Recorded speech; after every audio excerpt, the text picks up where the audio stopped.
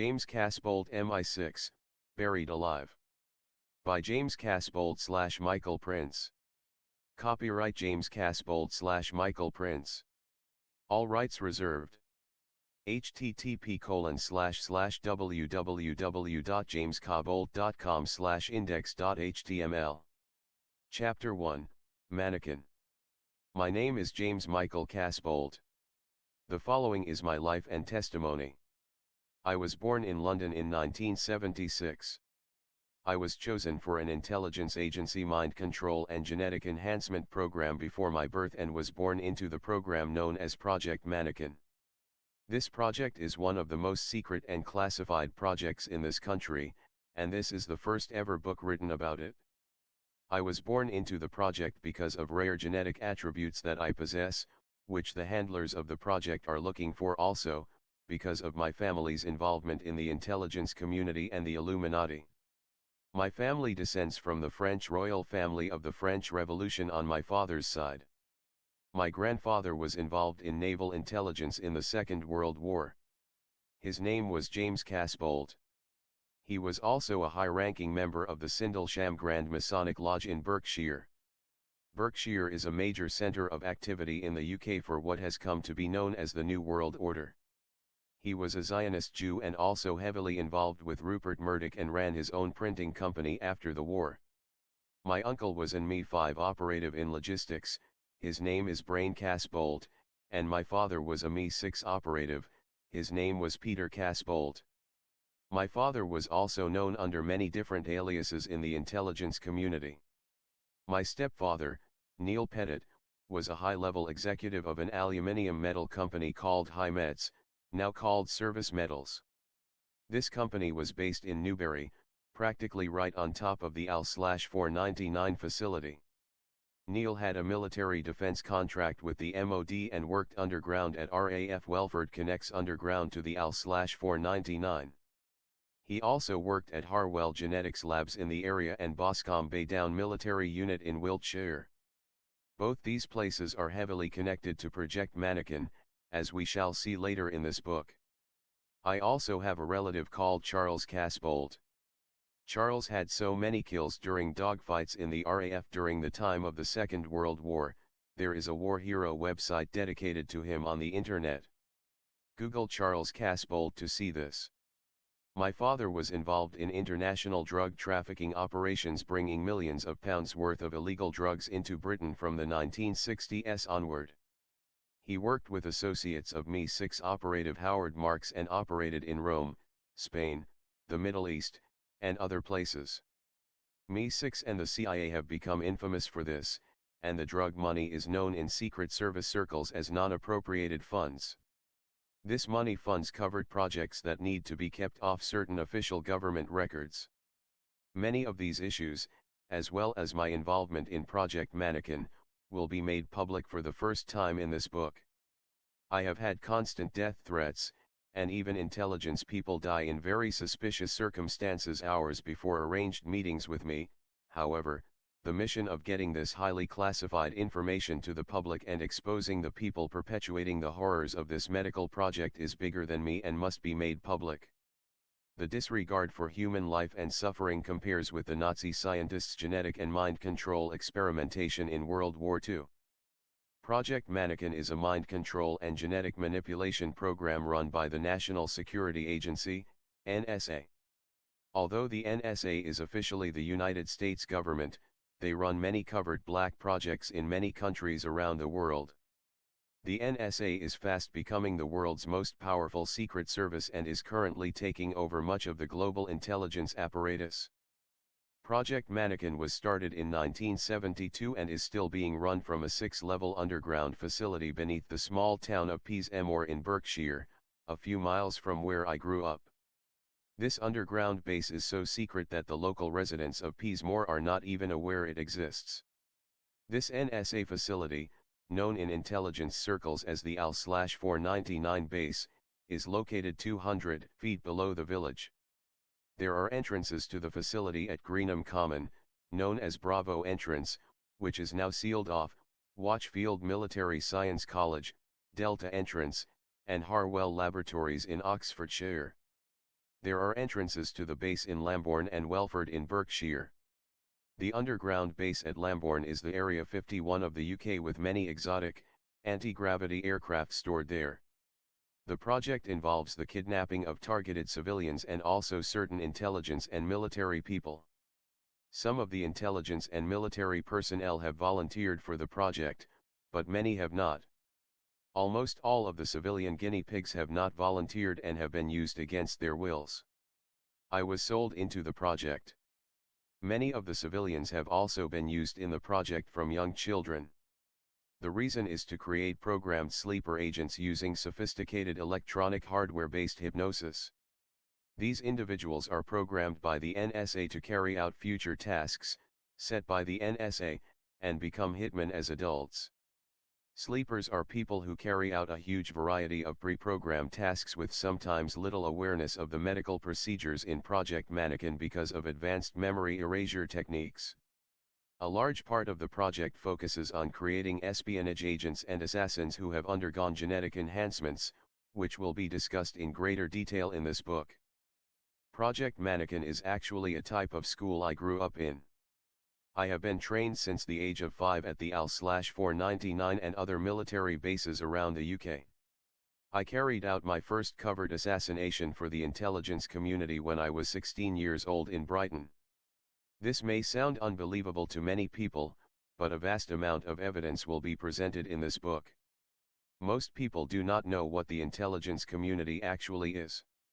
Forget about James Bond movies. Much of the Secret Service apparatus in the UK and US is an occult, pedophile network run by corrupt factions of the illuminated degrees of Freemasonry, 33rd degree and above.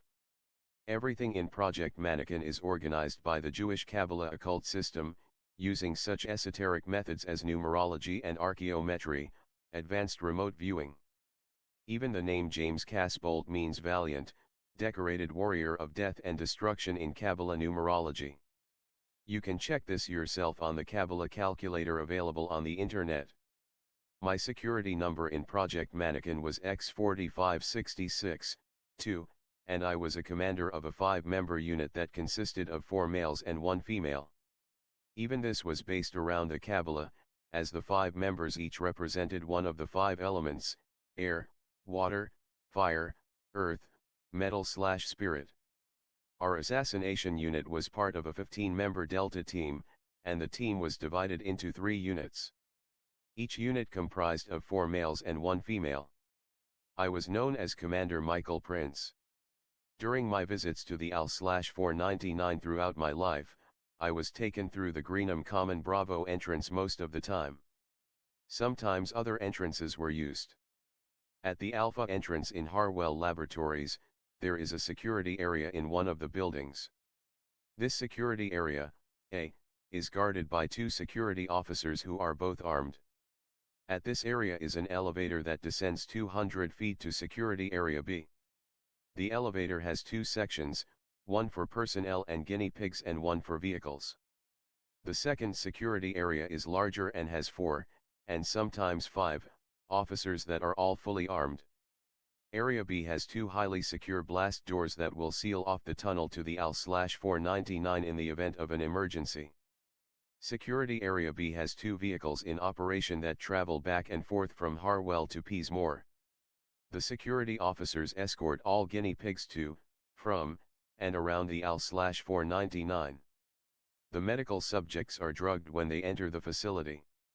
My involvement with the intelligence community goes back years, as it was planned for, as a child in Project Mannequin, that I would be used as an espionage agent when I grew up. By the time I was 18, I was involved in advanced remote viewing programs at an underground facility in London. By the time I was 19, I was involved in covert MI6 drug trafficking operations working for my father. This was in London between 1995 and 1999. My father, uncle, and grandfather also had mind control issues, and the programming sites in this country where my father was programmed will be discussed in this book. Intelligence-run mind control operations are usually a multi-generational thing, with each generation more easily programmed, as the genetic memory of the horrific medical procedures become more ingrained into the family's genetic makeup. In the 1950s, a genetic bloodline study was started by the NSA based at Harwell Laboratories to find suitable candidates, especially children, to be used in Project Mannequin. From this study, the project was started in 1972, however, my family may have been targeted for mind control before the 1950s. The NSA is very interested in creating genetically enhanced assassins and espionage agents who have certain inborn genetic traits such as psychic ability. These genetic enhancement methods are a continuation of the Nazi geneticists and mind control doctors in the Second World War. As many people know, the Nazis were heavily into the occult, and Hitler was trying to create his Übermann, which is German for Superman. This is a genetically enhanced soldier with heightened senses, intelligence, strength, and paranormal abilities such as telepathy. All of this will be covered in detail in Chapter 2. The NSA is looking for people of certain bloodlines, and these people are mainly of Celtic/blue blood, aristocratic, genetics. Individuals with these genetics have a predisposition to paranormal/psi ability, as these cultures have practiced psychic abilities for generations in ancient rituals that have their modern expression in Freemasonry.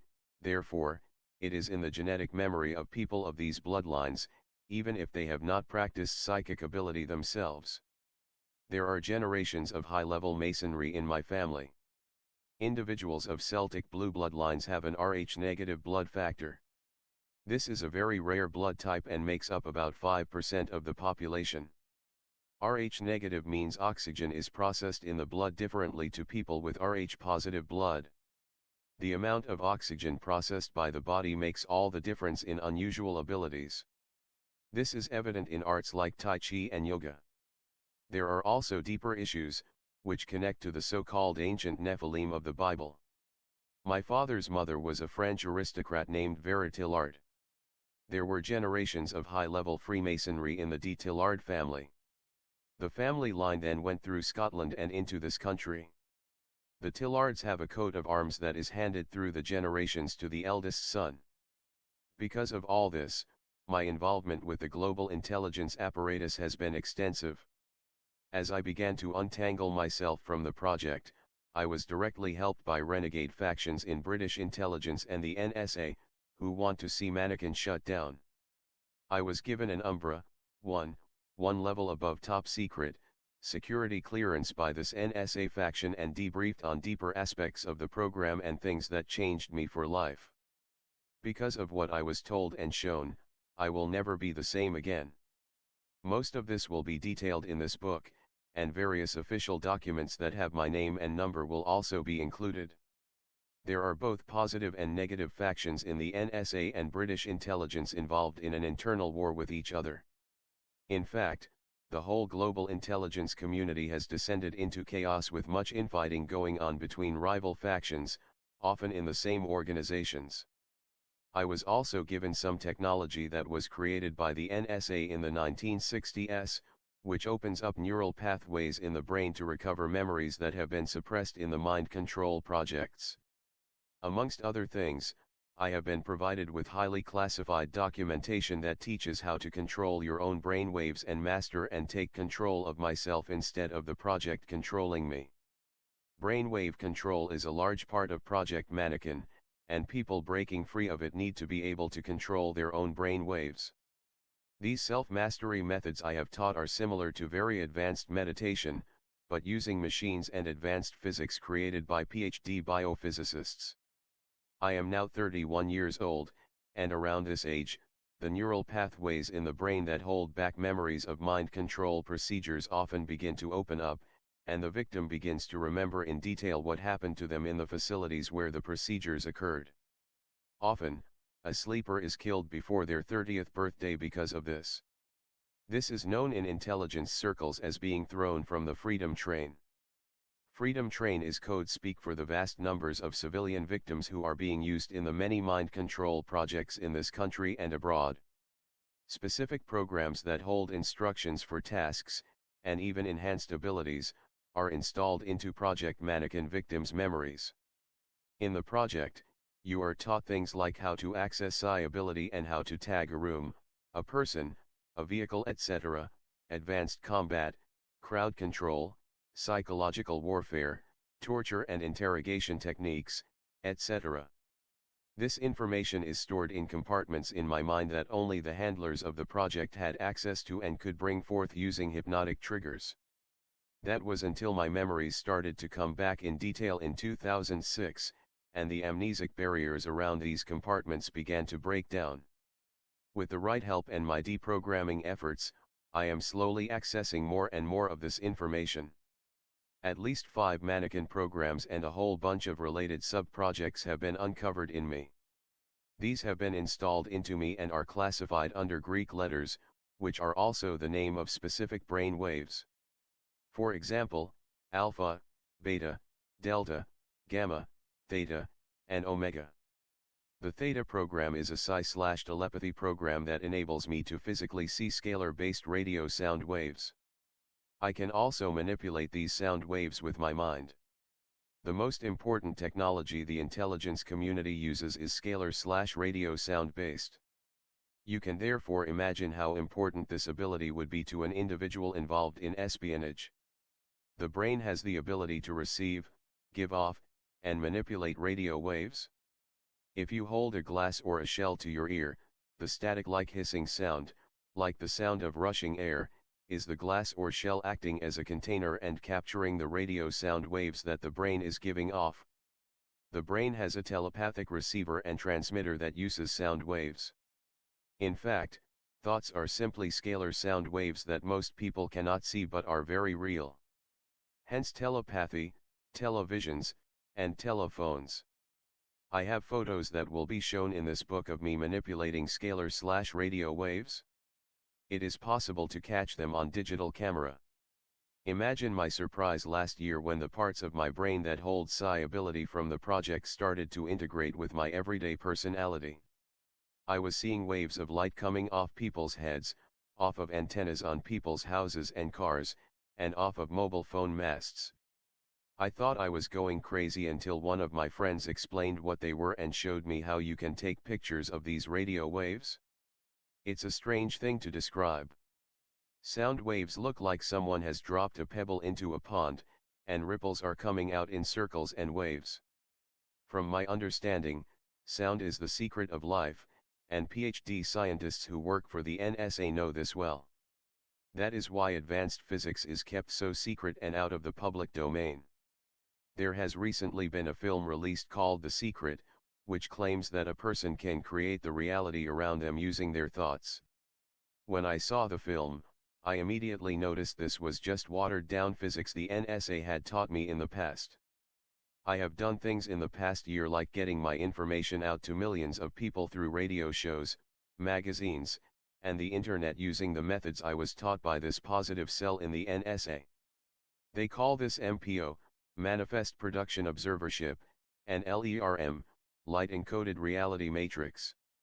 Without getting into the technical nitty-gritty, LERM relies on the integrated functioning of 3 important organs in the body: the cortical brain complex, which includes the old reptilian, old mammalian, and necrotic brains, the heart, and the visceral or enteric brain. LERM is taught to initiates of the highest levels of Freemasonry, as well as the NSA people. It is fairly simple once you break it down, and people who understand it can manifest their desires into reality extremely quickly. This would seem like magic to the uninitiated, but so would have televisions and radio waves to the someone a couple of 100 years ago. This secret technology is years more advanced than anything in the public domain and is science that was developed at the Pine Gap Underground NSA in Australia, as well as other places. I will be putting some of these NSA physics documents in this book, so you can learn how to do it as well, even though certain factions do not want this information getting out. These documents point towards pure consciousness existing as pure sound on a higher frequency or dimension, but more on this later. Other mannequin programs that have been installed into me are known as Janus/End Times.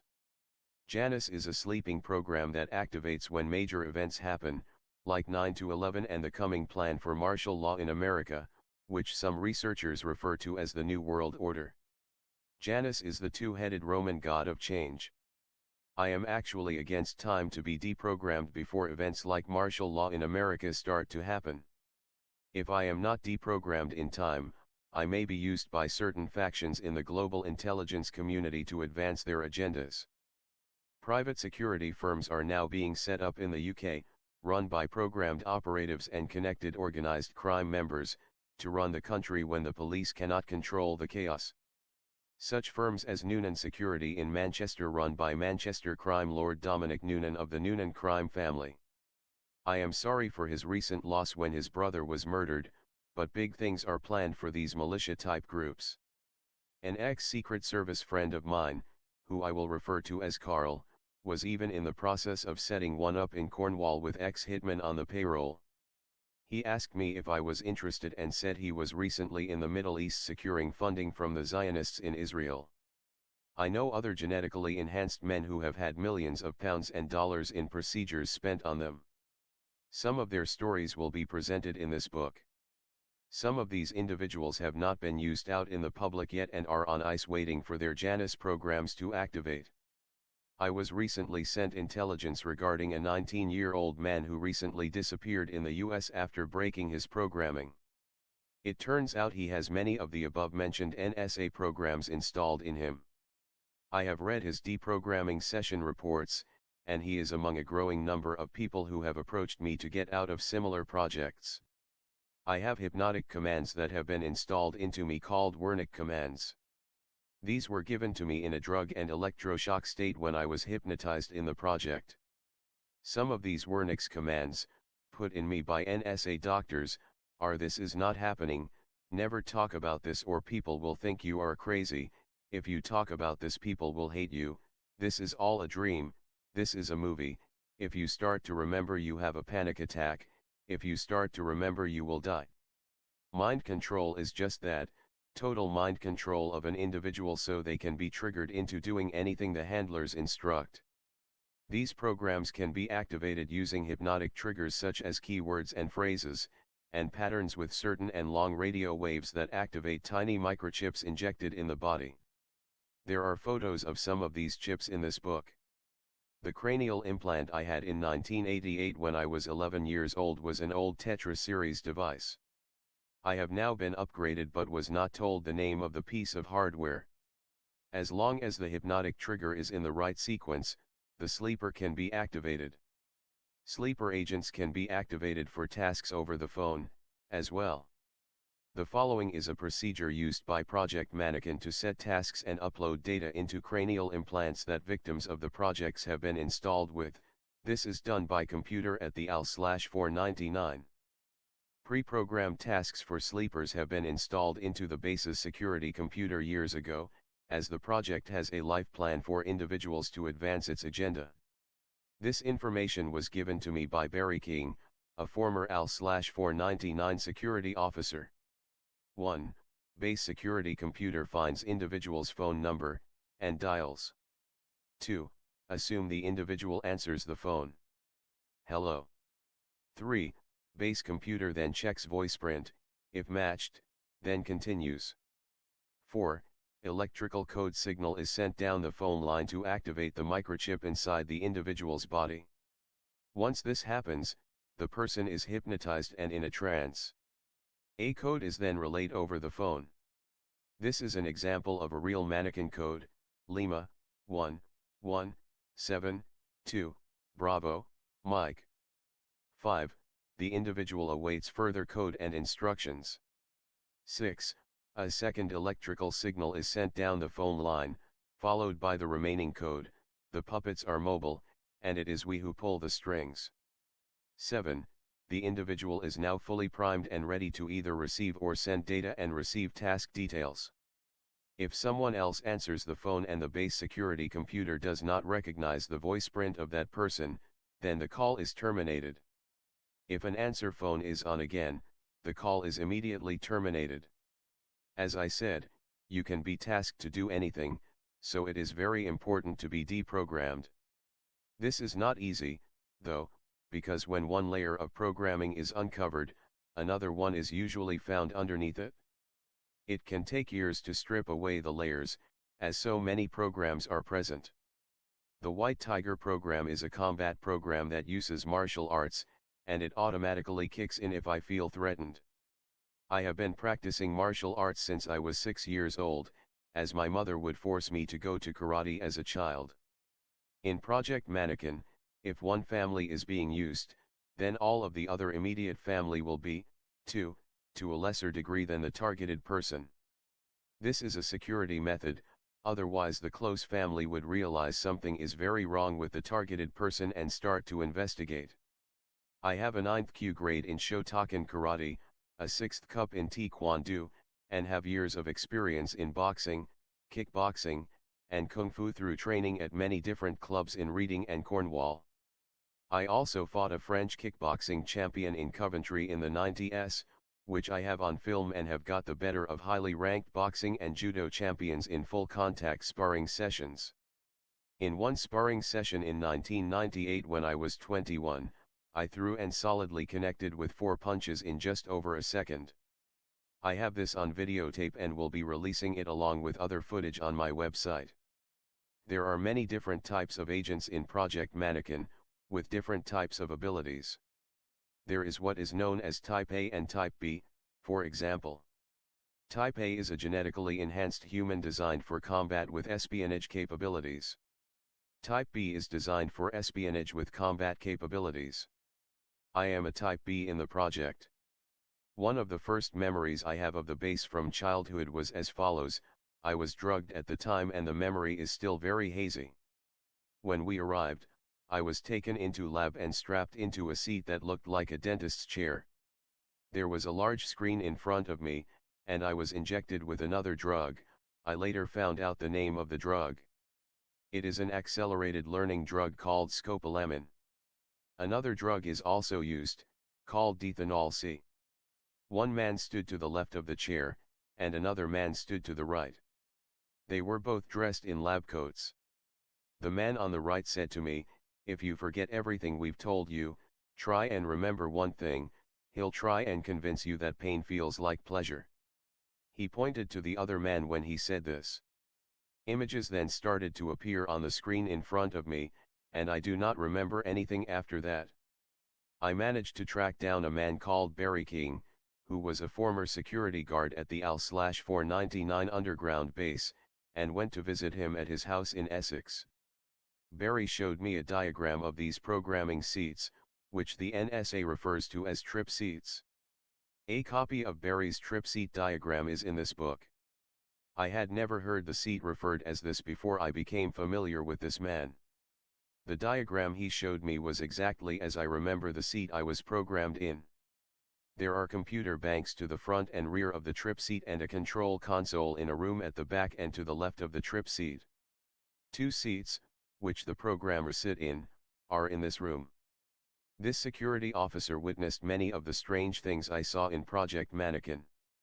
Not least, small military biorobots that are part machine and part organic, known as PLFs, programmable life forms. These are short, gray-colored beings used for many in the project. The PLFs are developed in 3 stages, and each stage has its own section in the base. There are up to 500 stored at any one time, and these are used in the AL/499 and also shipped to various military bases in this country and overseas. The development between stages is rapid and is approximately 3 months.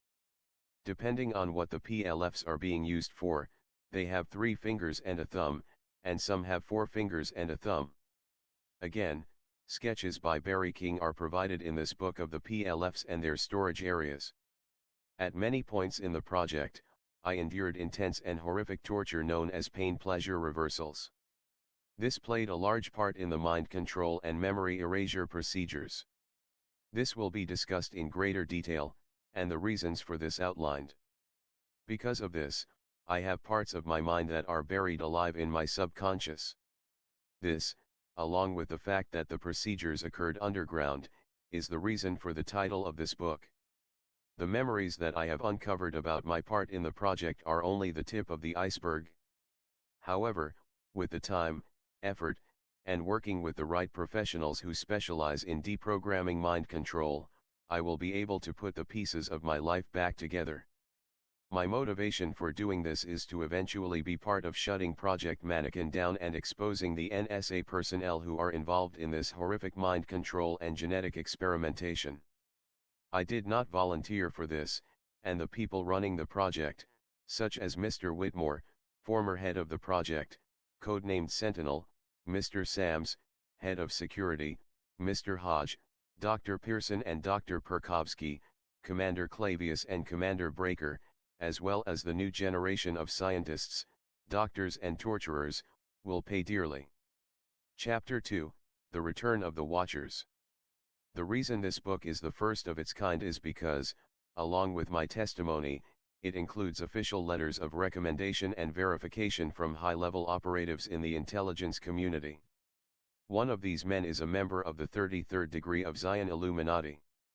He holds an Umbra, 8 levels above top secret, NSA and DOE, Department of Energy, security clearance, which only 500 people in the US hold, and works in various military bases in Tennessee. I am considered a military genius, their words not mine, by certain members of the intelligence apparatus for my high level of accuracy in remote viewing vectors. I have recently completed RV work for Lincoln, my Illuminati contact, and a section of British intelligence. My vector intention was set at 2 locations. 1. NSA headquarters at Fort Meade, Maryland. 2. An underground facility in Oak Ridge, North Carolina. Both sessions were confirmed as accurate by the Black Ops community and mentioned in the letter by Lincoln. Other recent RV sessions that received feedback as very accurate include 3. An underwater NATO facility off the coast of Corfu in Greece. 4. The Chrysanthemum Underground Biogenetics Facility in Dulce, New Mexico. Even with Lincoln's high security clearance, he has come against a brick wall when attempting to access my Project Mannequin files. The personal details of my Mannequin files are so highly classified, the documents are Class 8, which means they cannot be accessed on the NSA database and must be collected or read on paper by hand. The operative must have a need to know. My files are stored in secure NSA facilities at Ashburton in Devon in the UK, Fort Meade in Maryland, and a facility in Utah. My Umbra files are stored at a facility in Linville, North Carolina. The remote viewing session I vectored for British intelligence was actually the secure vault at Fort Meade, where the Class 8 files are stored. This vault contains hardware so advanced it can detect remote viewers entering through tiny fluctuations in air and then disable them with electromagnetic/scalar waves. A small amount of my files have been located by an NSA operative, whom I will refer to as Silas, and given to me and the British intelligence faction I am involved with. This man is deeply embedded with Project Mannequin himself but cannot access over half of my files. The people running the AL/499 facility in Berkshire and the connected underground bases are a hardline military regime that is ultimately a religious cult centered around the corrupt Zionists and Rosicrucians. These places are religious centers where so-called black magic rites are performed, ancient deities worshipped, and children trained and sacrificed. As former Illuminati member Leo Zagami says, black magic, the control of electromagnetic energy for harm, is the oldest form of military technique known to man. We are told in the mainstream media that children in uncivilized countries such as Burma, Africa, and South America are forced to join the military and kill for their country.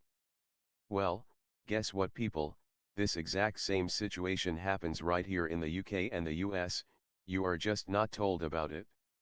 This situation is slowly changing with people like Kathy O'Brien, Duncan O'Finioan, Andy Perro, Svali, Cisco Wheeler, and others coming forward who were used by their governments for covert operations and trained from a very young age. These people are all from America, however, and the situation in this country is that Barry King and I are the only talking survivors of black projects in the UK. I am considered the youngest talking survivor of mind control projects in modern history. To understand Project Mannequin, we must get a basic understanding of the belief system of the people running it. I will not attack the Rosicrucian and Zionists as a whole because I know many great and noble men in these orders who have aided me in my cause to stop the horrors of the program. I count these individuals as my kinsmen.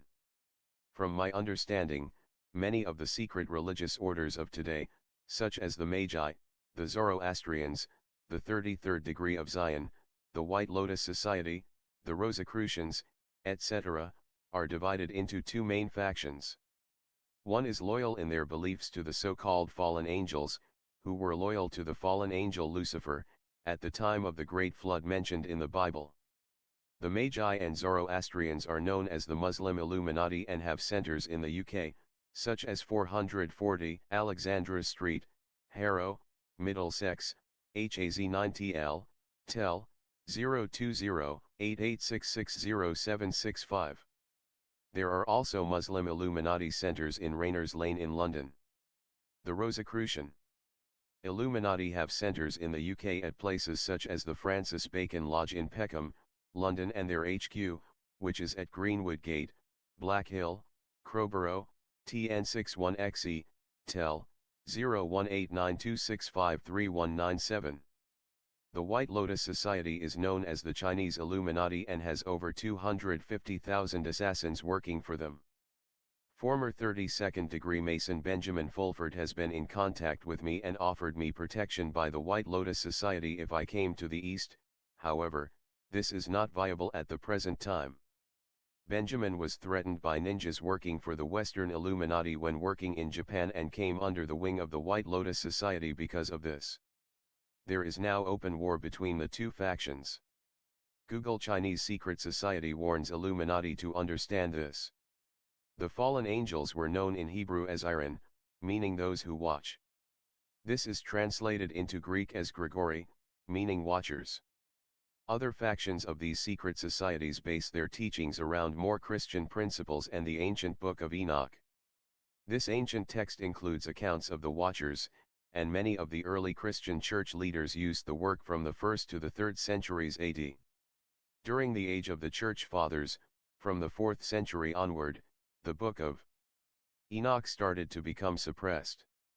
This led to the strange decision by Saint Augustine, AD 354 to 430, that the Book of Enoch was too old, Obinemian Antiquitatum, to be included in Scripture.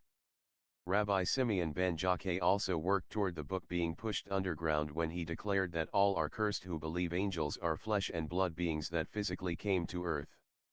This is exactly what they are, however. What we know as angels are extraterrestrial beings, as anyone investigating subjects mentioned in this book is starting to realize. The belief in physical angels was declared as heresy, and the text did go underground and straight into the hands of the secret societies. The benevolent sections of the Illuminati and other secret societies are loyal in their beliefs to the angels of Yud-Vav-He, which is one of the Hebrew names of God. This is why the real secrets of Freemasonry are taught at the 33rd degree. The Watchers descended from other planets onto Earth in ancient times onto Mount Hermon just north of Dan/Kaish in the Middle East. This mountain is on the 33rd degree latitude. When you reach the 33rd degree of Masonry, you enter the Illuminati degrees and are taught the secrets of the angels. Conspiracy theorists who say that the Illuminati and Freemasonry are responsible for all the evil and corruption in the world do not know what they are talking about. At the same time, I would say that corrupt factions in these groups are responsible for much of world's problems. Do the trials and initiations of Project Mannequin make an individual stronger and wiser? The answer is yes, there is no doubt of this. It also leaves the individual involved with a type of bloodlust that is very dangerous, and many people involved in the project have ended up committing suicide and experiencing chronic drug and alcohol addictions. Many have also developed depression and panic disorders later in life. The use of children in the project is also unacceptable in my view. At this point, I have to ask myself why I was tricked and forced to take part in high-level Rosicrucian rituals, such as the 3-room atrium initiation in 2006. I will discuss this in more detail, but on contemplating this, I have come to the following conclusion. The Illuminists will argue that only individuals trained from childhood in certain blood trials, where each level becomes more dangerous, can survive the military campaigns they will carry out as adults. They say this is not just a matter of national security for any one country but the survival of the human race. What is so horrific that a soldier must be trained from early childhood to endure? The shocking answer is that Project Mannequin operatives will come face to face, sometimes even in conflict situations, with malevolent and terrifying extraterrestrial and extra-dimensional life forms. These xenobreeds are so terrifying to witness, the sight of one could kill or drive insane most ordinary men. This may sound laughable to the uneducated civilian but is taken deadly serious by those in the highest corridors of power. This happened in the 1960s during the infamous Tulsa battle, when scientists at the genetics facility were taken hostage by reptilian-like extraterrestrial life forms who had been working with the US government underneath the New Mexico desert. The special forces teams who went in for the attempted rescue had to be hypnotized and drugged to cope with the situation. Keep an open mind, and read the following evidence. Arm yourself with the truth, as this situation has now come to a head on this planet and will be in your face in the upcoming years. As my friend Ronnie McMullen says, the truth stands by itself, all alone. The truth needs no help from anything or anyone to be absolute.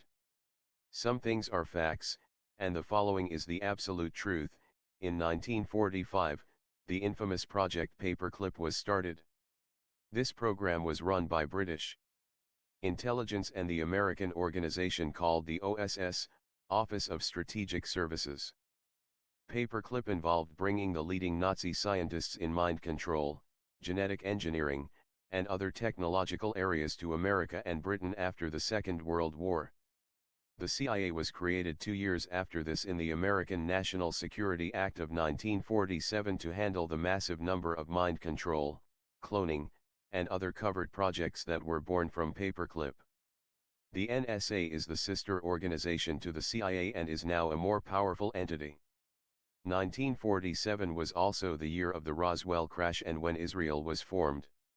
A year later in 1948, a genetic bloodline study was started in Britain to locate gifted children to be used for espionage by the intelligence community. This was called Project Anvil but changed its name to Project Oak Tree in the 1950s. Oak Tree was under the command of the NSA by this time and was being run from Harwell Genetics Laboratories in Oxfordshire. It was connected to all the major hospitals in the UK and was connected to the Mannequin program that I was born into. Mannequin was started in 1972 at the Peasemoor base near where I grew up in Tilehurst, Berkshire. Project Oak Tree was actually set up to locate the descendants of the tribe of Dan, which is the so-called lost tribe of Israel.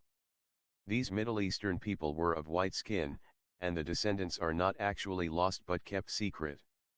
Some people may have heard of the British Israelites, and Gordon Brown is heavily into this school of thought. The tribe of Dan traveled from Dan, Kaish in Hebrew, just below Mount Hermon and went up into Greece around the time of the Exodus. In Greece, they were known as the Spartans. From Greece they traveled to France where they were the Merovingian priest kings and other French royal lines. From France they traveled to Scotland, Ireland and America. They were known as the Tuatha De Danann in Ireland and Celtic clans, such as the Campbells in Scotland. They were worshippers of the goddess of energy, such as Astartes and Ishtar, and were heavily into animal shamanism, such as bird and snake symbology. The eagle is one of their symbols, and the eagle on the American coat of arms and the NSA symbol represents the tribe of Dan. The owl is also another of their symbols, which represents the angel Ishtar. I have only discovered in the last couple of weeks that the Hebrew name for Dan is Kaish. When my 5-year-old daughter was born, I named her Kaisha and I had not even heard of the tribe of Dan at that time. On the way to Truro Hospital, when her mother went into labor, an owl committed suicide by flying into the windscreen of the car. It seemed to direct itself at the car in mid-flight. Kaisha is some kind advanced being. There is a photo of her as a baby projecting a yellow beam out of her third eye/forehead area as she concentrates on a spot on the wall. This photo will be included in this book. This is a very holy bloodline with powerful psi abilities. The Luciferian religions believe that by abusing children and people of this bloodline, they are directly attacking God. The Watchers had good and evil amongst them. Archangel Michael is named as a physical watcher in the Middle East in the Dead Sea Scrolls. The battle between the sons of light and the sons of darkness is mentioned in this work. This battle still rages today. Some say Project Oak Tree was ultimately looking for the human descendants of the Watchers. We have to ask ourselves, why are the 12 tribes of Israel so important, and who physically seeded these bloodlines? The answers we are given by the religious institutes of the world, such as they are God's chosen people, will not suffice anymore. People ask, why are they called the Watchers? The answer seems to be because of their ability to project their consciousness out of the body and perform an ancient form of advanced remote viewing. Chapter 3, The Modern History of Behavior Modification.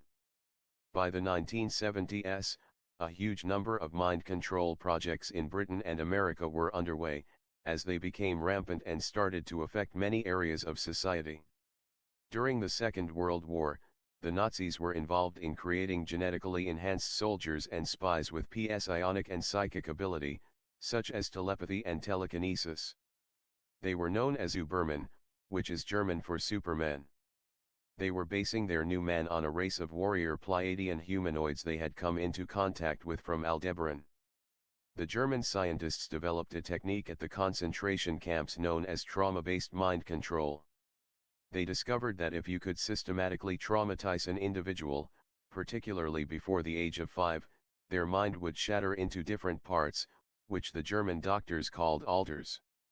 When the torture or terror becomes so intolerable, a person's mind will dissociate itself from the pain and the alter will be created. These alters can then be programmed by the torturer to carry out almost any task. From my understanding, the limit is reached when operatives are ordered to kill their own children. Old occult books were researched, such as the Egyptian Book of the Dead and the Necronomicon. The Nazi scientists also discovered that when an individual was traumatized and tortured, they developed almost superhuman abilities, such as huge pain tolerance, photographic memory, and psi abilities. The ancient rites of Satanism were often used, and these rituals usually involved snakes. Through my own experiences and talking to other survivors, a common theme is coming up time and time again: being bitten by poisonous snakes in rituals to transmute the poison and enhance the immune system. American Indian shamans also practiced this. Much of the project involved being taken to the point of death and then revived. Kathy O'Brien, in her book Transformation of America, calls some of the CIA programming centers near-death training centers. The snake rituals often finish with the participant being buried alive with their fear. This involves being put in a coffin with a number of large snakes and then being buried in the ground and left there for hours. When dug up, the subject has gone beyond fear, according to the handlers. I'm still trying to work out if this is true, as I have no fear of very dangerous things but have massive panic attacks at small insignificant things. This is an ancient technique that was used in Egypt and many other places. A child would be picked as a candidate for a certain mystery school. Some of these mystery schools used more compassionate training methods, but all of them involved facing fears and danger at the upper levels. I was always taken through a 3-room atrium ritual in Project Mannequin. I had to learn what was actually happening in later years through study of the Rosicrucian teachings. The ancient and modern shamans were taken into 3 rooms. In the first room, they were asked questions by the master, such as, "Do you wish to know the mystery of your being?" The initiate said yes, and they were then taken into the second room. In this room they were shown such magical secrets as ancient artifacts. In the third room they had to pass a dangerous test, such as fighting another mystery school member or a wild animal. Certain cultures, such as the Celtic people, practiced psi phenomena for generations in ancient rituals. Modern individuals and families of these old bloodlines made the most suitable candidates for trauma-based mind control because, although they may not have practiced psi abilities themselves, these abilities were still in the person's genetic memory from their ancestors. This discovery, combined with trauma-based mind control and the latest advancements in military technology, made a very powerful recipe for the creation of an Überman. The implications of this for groups that wish to control the world are obvious. Heinrich Himmler and the Special Projects Unit of the SS ordered a Nazi research program into Northern European families. The families targeted for this research program were the ones who had practiced multi-generational rites of Freemasonry, occultism, and Satanism. Joseph Mengele, the infamous angel of death from the Auschwitz concentration camp, stayed at the Tavistock Mind Control Institute in London when British intelligence brought him here after the Second World War. One of the main projects at the Tavistock Institute was to find the breaking point of human beings. In trauma-based mind control, a mental grid is programmed into the victim using torture and other methods. The victim's mind would then break into 169 fragments or alter personalities. A type of electromagnetic grid would be incorporated into the brain, and this would affect brain waves.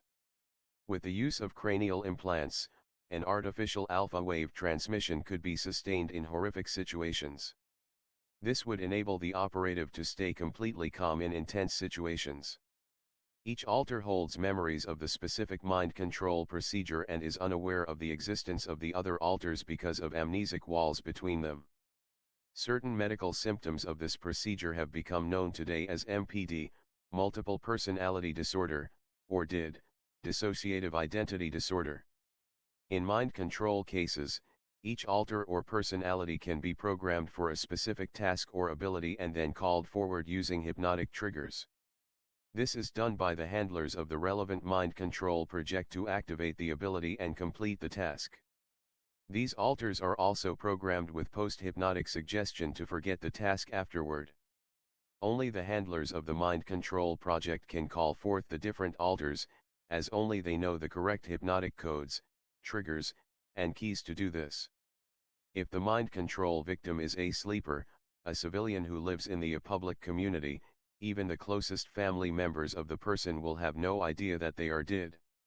In rare cases, an individual will realize their mind has been tampered with in one of the vast numbers of government mind control projects and seek help to deprogram their alters. This is possible with hard work and the right kind of professional help. The true origins of trauma-based mind control. Now the next question is, where did the Nazis acquire the super advanced technology? Here we get into an even more sensitive area and go deeper down the rabbit hole. Over the years, many victims of these mind control projects and government personnel have reported witnessing different types of what can only be described as non-human creatures in various underground facilities around the world. I certainly saw very strange things when I spent time at Peasmore and other underground bases. I've lost count of the number of testimonies I've been told from intelligence people who have worked in various underground facilities and witnessed non-human creatures. This begs the question, are these creatures some kind of strange human-animal hybrid or other military genetic creations that were carried on from the Nazi genetic manipulation work? Or, are they extraterrestrial beings from different planets and star systems? The simple answer is both. My colleagues and I have witnessed and communicated with these beings up close and personal. For a greater understanding of the ET situation on this planet, it is important to understand that the upper levels of the German Nazi government, the US government, and the British government were not only aware of ETS at the time of the Second World War, but were actively working alongside them. This had been going even before the Second World War in the 1930s. The following is a brief summary of the modern history of government involvement with ETS. Extraterrestrials and government treaties. On July 11, 1934, the first treaty between the beings, which have become known as the Small Greys, approximately 3.5-foot gray beings with large wraparound eyes from the Orion star system, and the U.S. federal government, under President Franklin Delano Roosevelt, occurred aboard a naval ship at the port city of Balboa, Panama.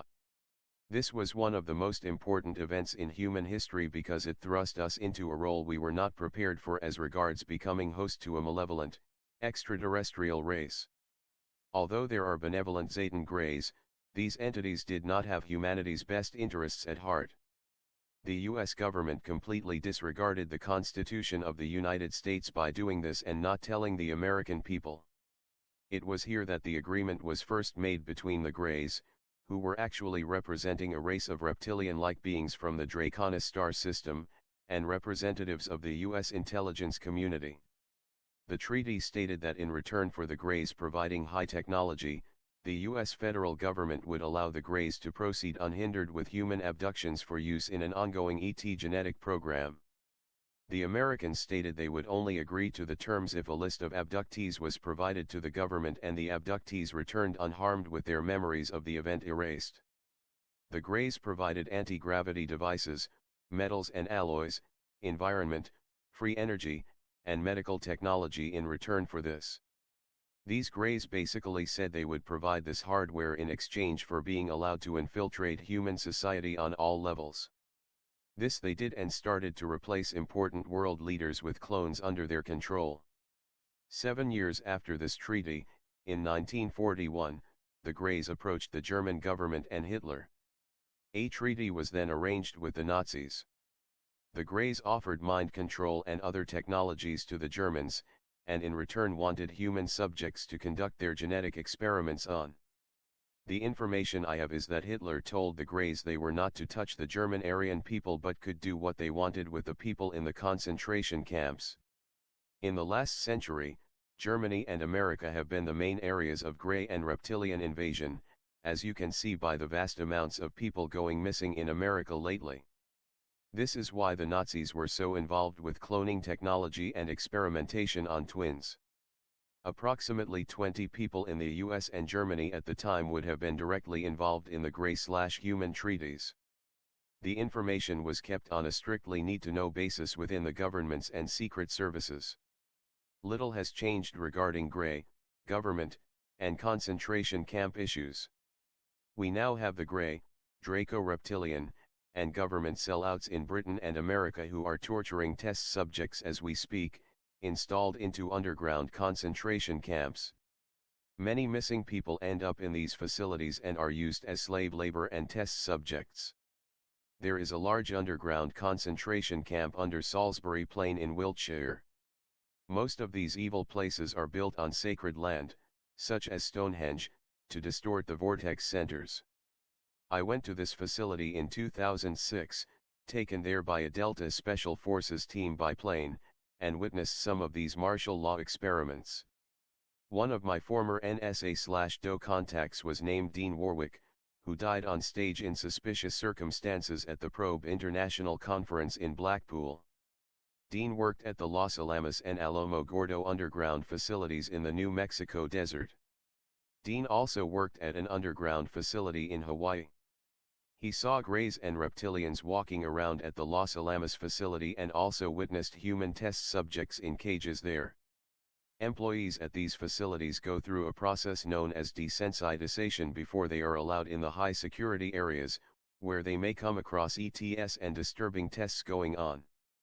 In desensitization, the employees are injected with such drugs as scopolamine, an accelerated learning drug, and shown video footage of ETS and horrific scenes of torture and death to enable them to withstand the things they will see.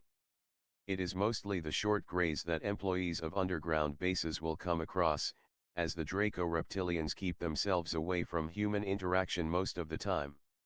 Sometimes, however, an employee will wander down a wrong corridor and see a reptilian. This happened to Dean Warwick, Barry King, and Lincoln. Dean was subcontracted by the NSA in the late 1980s and worked for them until 1992. He was a senior electrical engineer at the Los Alamos facility. He told me there are now over 4,000 underground bases worldwide and many of them have ETS in the high security lower levels. X5 also said the underground concentration camps in America and Britain are known as D4 facilities, deep underground military prisons. The major bases worldwide are mainly under the control of the NSA and are classified D1, deep underground military bases, D2, deep underwater military bases, D3, deep under mountain military bases, and D4, deep underground military prisons, although Lincoln informs me these classifications have now been changed.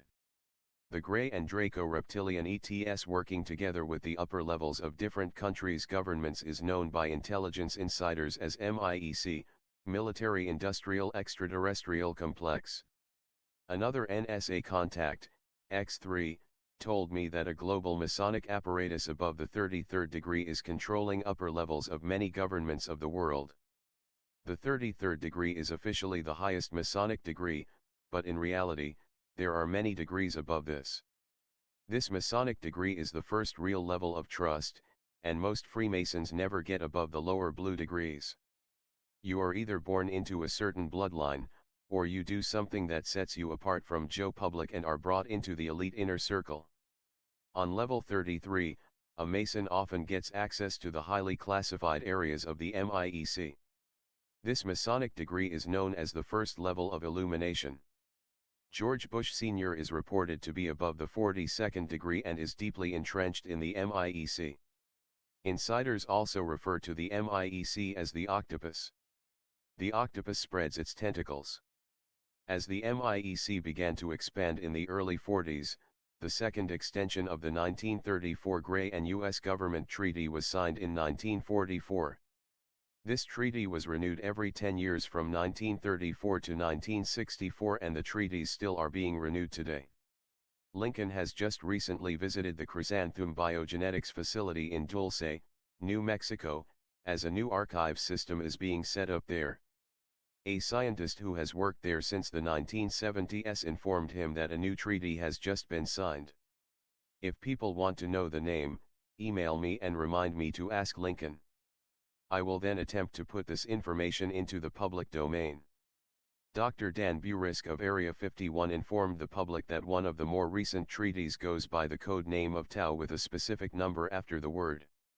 I was given permission in writing by a rep of Majestic to approach Dr. Burisk face-to-face in Las Vegas to discuss a biowarfare test I saw conducted on civilians at the Wilshire Underground facility. The rep informed me it was inappropriate to discuss this over email. At the present time, August 15, 2008, I still have not made contact with Dan, although I would like to at some point. There was also a meeting between Majestic and Lincoln in North Carolina, and permission was given for him to work with me. After 1944, much infighting and chaos broke out in the human government factions of the MIEC. Factions that were loyal to the people of the planet were battling it out with factions that didn't care about the people and just wanted as much technology as they could get their hands on. As well as assassinations and cover UPS, the most important part of the battlefield was information warfare. Positive MIEC factions would leak information into the public about the true ET situation, and then negative factions would come behind them and cover it up with damage containment and psychological warfare programs for the public, known as chicken feed. Chicken feed still goes today and has become more complex and confusing.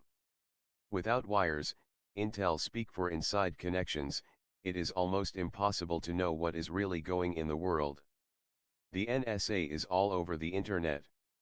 They are buying up independent journalists, who are not part of controlled mainstream media, to spread their disinformation campaigns.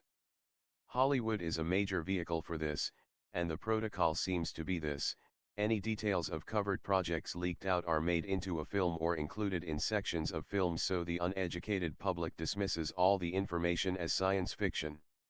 Hollywood and NBC producer Bob Kvyat has been in touch with me, and I have helped him with his upcoming documentary about a colleague of mine named Simon Anderson/John Leonard Walson. A friend of the actor Dan Aykroyd has helped me with some of the information in this book. This man is a member of the U.S. intelligence community and has helped Dan write film scripts. He is interested in developing a film script based on my life, but nothing is set in stone when it comes to Hollywood. A colleague of mine named Anthony Pike has also been in touch with Gordon Novel. Gordon is involved with actor Bruce Willis on a new film project called Kingdom Comes. Gordon is heavily connected to the CIA and is the director of the RAM group based in Las Vegas. I am currently waiting to hear from him. We have been told there was a falling out between RAM and Majestic, but with all factions currently sitting around the table for talks, maybe this can be resolved. Let's act like gentlemen and see what can be worked out. Before we go into greater detail regarding the treaties, let's talk more about suppression of real information. Let's take, for instance, the infamous GLP, Godlike Productions, public internet forum. This site has millions of users, but it is controlled by moderators at the Tavistock Institute. There is basically a large room full of computer intel geeks at the facility on Tabernacle Street in London. They control the flow of information here. I posted sensitive information there and had my mother's address in Street Ives put on the thread with indirect threats on her life. I've also had some intel guy with a conscience give me a list of my father's European drug trafficking routes when he was alive. Add to this, there have been unmarked black helicopters pretending to dive bomb my flat 2 hours after posting RV techniques there. That was good for a laugh. Broken promises. By 1944, the Gray-Human Treaty was showing signs of stress, as it was discovered that Greys were abducting more people than they were putting on the government lists. In May 1954, under the Eisenhower administration, the third extension of the Gray and U.S. government treaty was signed, the Grenada Treaty. The Orion Greys and Draco Reptilians blatantly broke the terms, as we shall see later in the book. The Grenada Treaty was agreed upon under the Holloman Air Force Base in New Mexico by the Greys and the Ultra Unit of the NSA. The name of the facility under Holloman AFB was code-named Dandelion, although this may have changed now. The Ultra Unit was one of the most elite and super-secret of the NSA factions at the time and was ran by Project Paperclip Nazis who were part of the NSA after 1945. All Ultra members were cloned humans. The original documents of this treaty and the original ET materials from it can be found today in the NSA facility called Blue Moon. Blue is code word meaning extraterrestrial related. Blue Moon is an underground facility beneath Kirkland Air Force Base in New Mexico. The entrance to the base is in the Manzano Mountains. Inside Blue Moon is the technological headquarters of the very secretive DOE, which Lincoln and Dean Warwick work at for. Today, the DOE at Blue Moon is building free energy devices, developed from Gray and Draco reptilian technology, for use in space. Many advanced space-based weapons have been built, as well. MIEC insider Dr. Bill Deagle was told by the director of the U.S. Space Command that they control every cubic centimeter of space between here and Mars. The director also told Bill that they have weapons that would make George Lucas drool if he knew about them. Trillions of dollars have been spent on this technology over the decades since the first modern Gray and Human treaties were started. Bill Deagle points out this is not just one government administration or the transnational corporations involved in these areas. He says we are dealing with malevolent evil on a galactic level. Dr. Bill told me over the phone that he worked with employees of underground facilities in the US who were suffering from post-traumatic stress disorder because of witnessing ET/human hybrids and other horrors in these bases. He was also asked to join the 33rd degree illuminated Masonic levels of the MIEC. He is considered a dangerous man who knows too much by these groups and was approached by a Frenchman, code-named Pinder, after Bill's daughter was born. Bill told me Pinder looked to be in his late 50s with a very professional manner. He wore an expensive suit, had manicured nails, and seemed to disappear when he walked off down the street after Bill refused to become part of the organization. Technology exists called thermoptic camouflage that can render a Secret Service man invisible to the naked eye. It is a small device that can be worn on the belt and activated at will. A Secret Service man can also be put through a thermoptic field and will become invisible to the naked eye for over 48 hours. There is no need to carry the thermoptic hardware around if you are put through the field. However, after the 48 hours is up, the agent starts to phase back into sight and becomes violently ill for a short time. An American woman who lived in Nevada contacted me last year and told me she had hired a private detective because of black government-type cars regularly circling her house, parking outside, and following her when she was driving. One night, She was driving along a desert highway and one of the black cars started to follow her again. She managed to lose it by hitting the gas and sharply turning into a quiet side road. She turned the engine off and got out of the car to wait until the car following her had driven off. This woman then told me she heard footsteps crunching on the gravel toward her, but she could see no one there. She said she felt something next to her, and an invisible hand then grabbed her crotch. She panicked and jumped back into her car and drove off. Military advancements and Project Plato. With each ET/human treaty, the governments were becoming more advanced, and there were now groups of people that were literally thousands of years more advanced than the civilian population. For every 1 year that goes by, since the start of these treaties, military technology advances by over 50 years. I heard it best from Phil Schneider, who said that every now and then, the public gets a new computer or some other piece of technology from the MIEC, but these are just little trinkets similar to when the early white American settlers would give beads to the Indians. On April 15, 1964, 2 U.S. intelligence personnel met under Project Plato with the Greys in the New Mexico desert to arrange a meeting on April 25 at Holloman Air Force Base in New Mexico. This meeting was to renew the treaty that had started in 1934 again and was a psychological bid to buy time in order to solve the problem of the Greys and Draco reptilians. The upper levels of U.S. intelligence now believed the Greys and Dracos had this planet timetabled for invasion and takeover between the years 2000 and 2030. I have come across huge amounts of evidence that many Greys and Draco reptilians may have actually been on this planet, installed underground, since at least the time of ancient Babylon.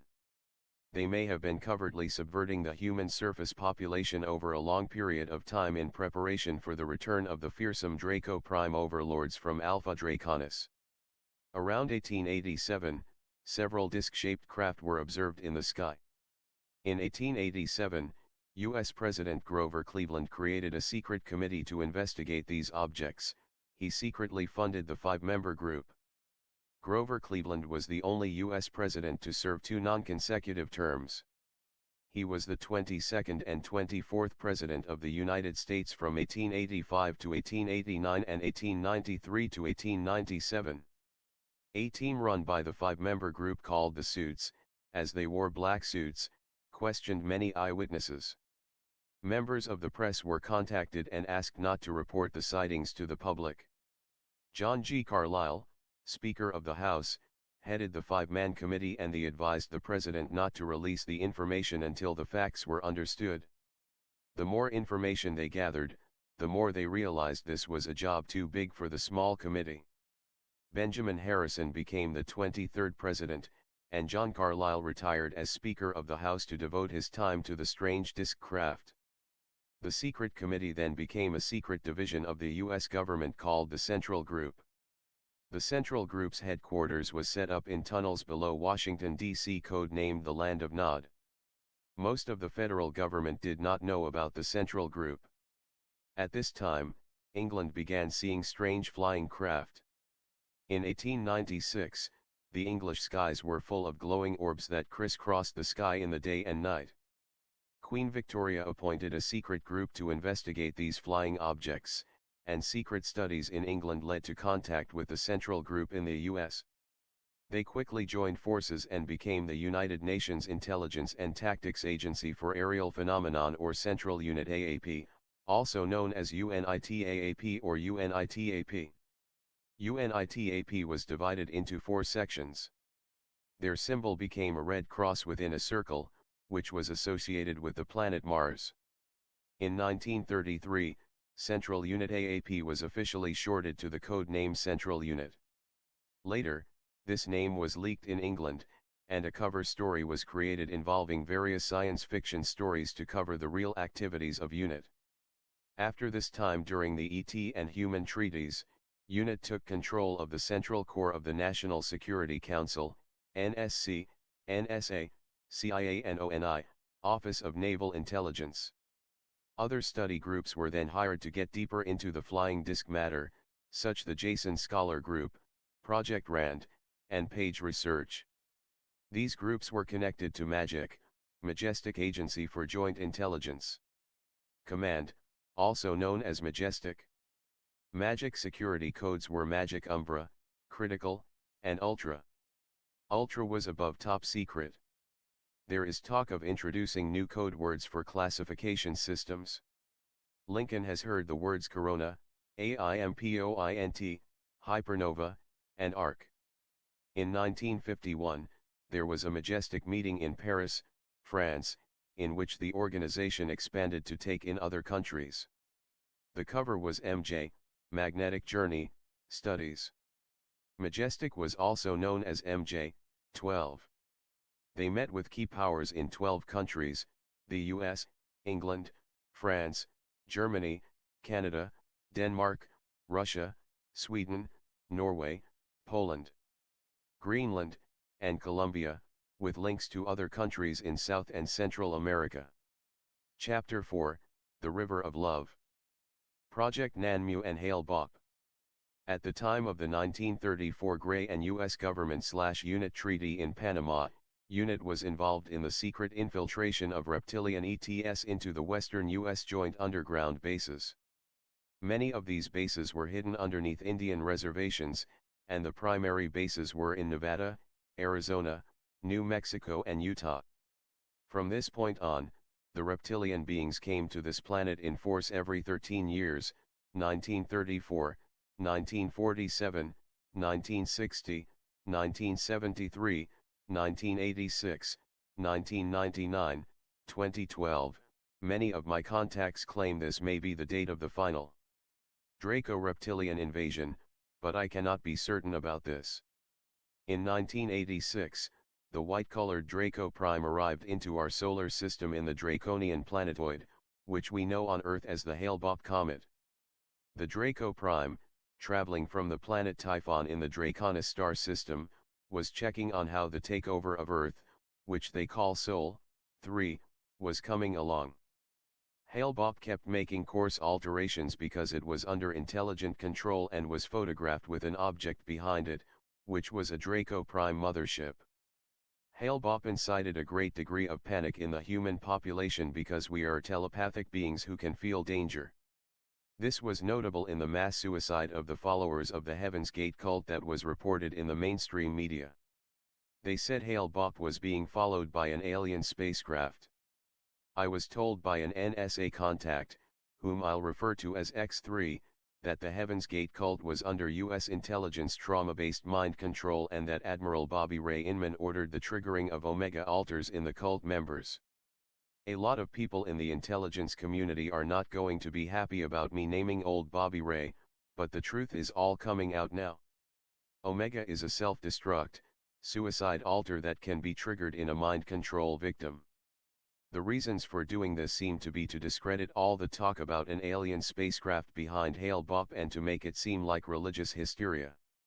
X3 told me there were mind control programmers in the Heaven's Gate cult who were ex-NSA and some of the best programmers in the business. They must have been very advanced programmers because some of the cultists who committed suicide at their mansion in San Diego in 1997 had been persuaded to go through castration beforehand. They were also heavily into yoga, qigong mediation, and had an outstanding diet.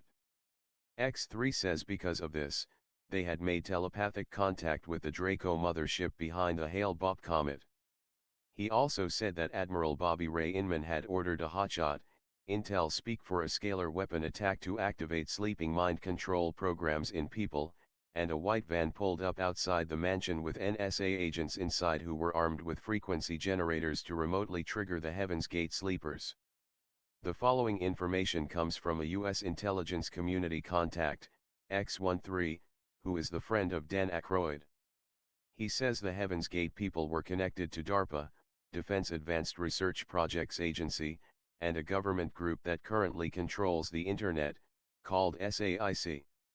Several of the cult members were involved in advanced computer projects, and others created websites. Beverly Hills computer businessman, and former car thief, Nick Matsourakis employed about a dozen cult members to design worldwide websites. Nick Matsourakis was one of the men who found the bodies at the mansion. He went on to help raise $54 million in an internet venture called ussearch.com. Then he founded a company in China with his partner, none other than Nicholas Rockefeller. Their company was called Global Agora and is one of the first U.S. companies to have been launched in China. The Heaven's Gate Group started an underground housing complex. They built part of it and were then disrupted, so they would be forced to relocate to a place where they could be monitored more effectively. X13 also claims that Bobby Inman's hitmen suicided the cult members to discredit the reports of an ET ship behind Hale Bopp, and also because the Heaven's Gate people had encryption programs that would make it impossible for the intelligence community to spy on internet users. Bobby Ray Inman was ex-director of the CIA, former head of the NSA, a retired four-star admiral in the Navy, and one-time Clinton nominee for Secretary of Defense. A website with information about Bobby Inman's connection to the cult member deaths recently disappeared off the internet. Samkau Chesfahani, an Iranian immigrant, was the man who is reported to have rented the multi-million-dollar mansion in San Diego to the Heaven's Gate Group. The cultists put together a movie script about the return of the Draco reptilians to Earth. The NSA did not want this movie made, and this fact contributed to Bobby Inman's decision. The Rockefeller family is connected to this tragedy and is interested in reptilian stories for means of control. Years before, the Rockefeller family was involved in the October 30, 1938 Mercury Radio Network's War of the Worlds broadcast. Orson Welles' broadcast was no mere show business stunt but an experiment in fear. The broadcast was a psychological warfare test to test the public's reactions to ET news. The reaction from the broadcast was mass panic and one man committed suicide. A grant from the Rockefeller Foundation to Princeton University helped create the Princeton Office of Radio Research. The director was Paul Laserfield, an Austrian Jewish émigré and social psychologist. He teamed with two associates, psychologist Hadley Cantrell and CBS researcher Fred Stanton, who was a PhD in psychology and who eventually became the network president. One of the men who found the bodies of the 39 cultists arrayed in neat rows on a balmy afternoon, Nick Matsourakis, became instantly famous. Soon, he sold the rights to the story of the Heaven's Gate Group to the Hollywood Entertainment Company, for which he and some of the dead cultists worked. A probation officer saw him on national TV after this and recognized him as a wanted felon who skipped out on his sentence. He was jailed and returned to Cleveland. Nick Matsourakis sold production of Story of the Cultist Deaths to Adnan Khashoggi's Genesis subsidiaries. Professor Courtney Brown, a tenured political science professor at Emory University in Atlanta, author of Cosmic Voyage, and president and owner of Farsight Institute, a company specializing in scientific remote viewing, appeared on Art Bell's radio show. Brown said their remote viewers had found the mysterious companion to Hale Bopp to be larger than Earth, hollow, and under intelligent control, a kind of planetary spaceship hitching a ride on a comet or hiding behind it. Brown stated there was ET life on Mars and that the civilization there was dying, so the ETS started an underground colony in New Mexico. Brown appeared again on Art Bell's program along with his assistant, Prudence Calabrese. Brown told listeners that a well-known astrophysicist at a top 10 university sent Brown information confirming Farsight's remote viewing results. Calabrese today heads a commercial venture called Transdimensional Systems in San Diego. She claims to have been part of the CIA's effort to learn more about the Soviets through remote viewing and especially in a CIA project channel through Stanford Research Institute in California. Calabrese and her 14 employees are currently working with San Diego FBI, assisting in remote viewing of dangerous criminals. On March 26, 2007, after X13 finished briefing me on the Heaven's Gate information, he said he sat down and turned on the TV. When he switched the TV on, the words Heaven's Gate came on the screen. X13 turned the sound up, and it was a CNN program called Anderson Cooper 360. Cooper said, the largest mass suicide, 39 members of the Heaven's Gate cult, occurred 10 years ago today. How is that for coincidence? In reality, there is no such thing as higher consciousness giving us signs when we have found the truth. Anderson Cooper went on to interview Rio D'Angelo, real name Richard Ford. He was known inside the Heaven's Gate cult as Neody. Rio found the bodies and videotaped them before calling 911 to report the deaths. He was a member of the cult from 1994 to 1997. He left the group 4 weeks before the 39 members committed suicide with a cocktail of drugs, after coming to believe that a spaceship would be taking them to heaven. D'Angelo discovered the bodies on March 26 after he received 2 videotapes that described the cult members' intentions. He wrote a book about his experience called Beyond Human Mind, The Soul Evolution of Heaven's Gate.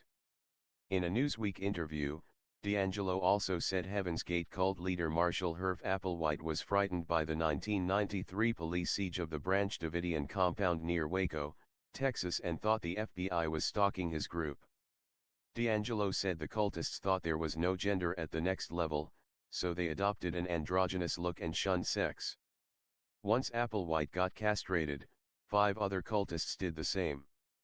The 39 members were found dead at their rented mansion in Rancho Santa Fe, San Diego, California. The victims ranged in age from 26 to 72. Among the victims was Thomas Nichols, brother of Nichelle Nichols, who starred in the original Star Trek TV show. The suicide victims ingested lethal levels of phenobarbital. On Tuesday, March 25, D'Angelo received a videotape from the 39 members, which included 18 women and 21 men, saying farewell and announcing their intent to shed their physical containers and be lifted up to an ET ship reported to be following the Hale-Bopp comet. Many professionals observed and photographed an object 2,000 kilometers behind the comet until January 10. The object, Draco ship, behind the comet became known as the Saturn-like object or SLO. The following morning on Wednesday, March 26, D'Angelo told Nick Matsourakis about the tape and expressed fears that the group may have committed suicide. The 2 men drove to San Diego and arrived at about 11 a.m. D'Angelo then entered the home, and after viewing the dead, did not phone the San Diego County Sheriff's Department. Only when he left the mansion did he call the police at 1:34 p.m. D'Angelo returned to LA with Matsourakis, and they closely listened to the news radio but did not hear anything about what he reported to the police. D'Angelo then called the Beverly Hills Police Department at 3 p.m., and they referred him to the San Diego Sheriff's Office. They said they knew nothing. Arriving at the scene at 3:30 p.m. were Deputy Sheriff Robert Brunk and Deputy Sheriff Laura Gasek. From the moment the officers pulled up, Brunk said he knew something was wrong. The drapes were pulled, the windows were pulled, and the outdoor lights were burning in the sunshine. Brunk found the front door locked, the windows closed, and a side door unlocked. The Heaven's Gate leader Marshall Herff Applewhite had links to 19th-century occultists. Madame Blavatsky and novelist Samuel Langhorne Clemens, better known as Mark Twain. The Heaven's Gate mansion at 18241 Colina Norte is just down the street from the San Diego River. This was a favorite spot of Mrs. Catherine A. Tingley, a disciple of Madame Blavatsky. Mrs. Tingley moved to San Diego in 1896 and founded an ashram of the Theosophical Society at Point Loma. The center opened February 25, 1897 with a ceremony attended by several prominent people in San Diego, including the mayor. Like the Heaven's Gate group, the Theosophical Society was in telepathic contact with extraterrestrial beings, and like Applewhite, Mrs. Tingley believed a major cataclysm would sink most of California and end Western civilization. She predicted San Diego would survive to become the capital of an island nation called Nuevo California. In 1907, Samuel Langhorne Clemens, aka Mark Twain, wrote a short story called Extract from Captain Stormfield's Trip to Heaven, in which the hero leaves Earth for an extended excursion among the heavenly bodies on the tail of a comet. In the story, the hero has his passport on him, plus $5 and 3.25-cent pieces for the fare. Many of the Heaven's Gate victims had their passports on their persons and $5.75 in their hands. Also, the New Age term, evolutionary level above human, ELAH, spells hail backwards. The Heaven's Gate group made a film script and gave it to Alex Pappas, head of Way Out Pictures. They wrote the script while renting Pappas' house on Mummy Mountain in Paradise Valley in Phoenix. When the cult members learned he was a producer, they turned the script over to him, along with $3,400 in rent.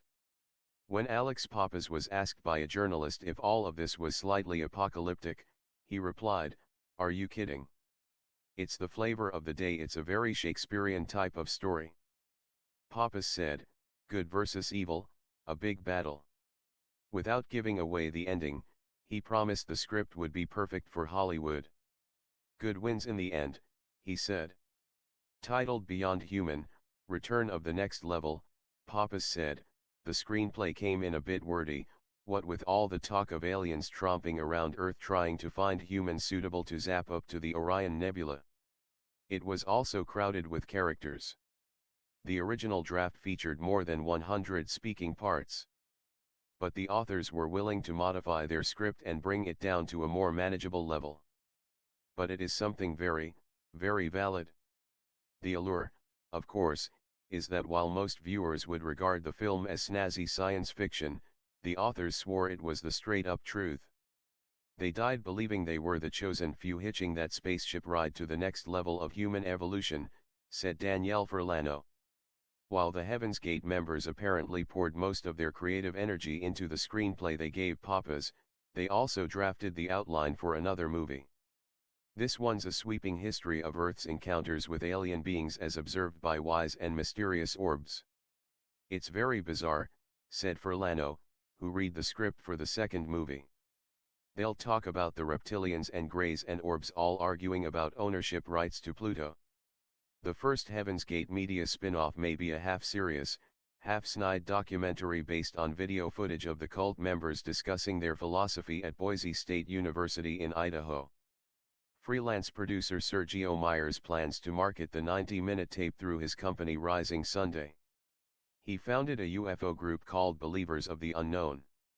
Asked if he was worried about recruiting people to Heaven's Gate through the tape, he responded, I do. But it's business. Many of my peers in global intelligence who know what is going on regarding the ET situation have told me I am being irresponsible by making all of this information public. They claim the public cannot handle the truth. I do not believe this and want to stop treating the public like children. I wish to inform and educate them so they can make informed choices for themselves as the great earth changes and upheavals are starting to occur. The malevolent Dracos are not pleasant. There may be compassionate beings among them, but there is a large section of them that are thoroughly evil and dangerous. This worrying news is balanced out by the fact that there are also many benevolent ETs from various star systems who are here to help us and have been involved in an ancient war with the Dracos. The Dracos are real beings, however, the intelligence community is involved in a psychological operation to make the people of the world fear all reptilian ETs. The Dracos are omnivores and move across planets like locusts for the natural resources, including food, which in this case is us. There will be huge supporting evidence in this book showing they are using us for food. Dracos have 2 hearts, are between 7 to 12 feet tall, and have the strength of 8 to 16 men. They are hard to kill, have psychic and technological skills in battle that are thousands of years ahead of ours, they're cold-blooded, and have no remorse or compassion. There are different colored Draco, but the Draco Prime are white in color and seem to be the royalty or elite of the group. They are seen far less by humans in underground facilities and abductions. The various colored Draco have wings, while the reptilians lower on the hierarchy, seen more often by humans, do not. The wings are made of long, tiny bone spines or ribs that protrude out of their backs. The ribs are adjoined by flaps of leathery, blackish-brown skin, and the wings are usually in a retracted position. Beings matching the description of the Draco have been seen flying using their wings. This was reported in the multiple sightings of Draco-like creatures in the town of Point Pleasant, on which the film The Mothman Prophecies, starring Richard Gere, was based. In several contacts, People have seen reptilian beings wearing capes draped over their shoulders and down their backs. The capes may be a piece of clothing specifically designed for covering the Draco's wings, or their retracted, dark leathery flaps might appear to be a fabric-like material going across and down the shoulders and back. What strikes the eyewitnesses the most about the physical appearance of a Draco being is the horns. The horns are usually short. They are conical in shape and extend 4 to 5 inches away from the skull. Some reports describe low bony ridges back along their conical-shaped heads. These ridges appear midway between the brow and the top of their heads. They appear to have a much more athletic build than the other reptilian beings.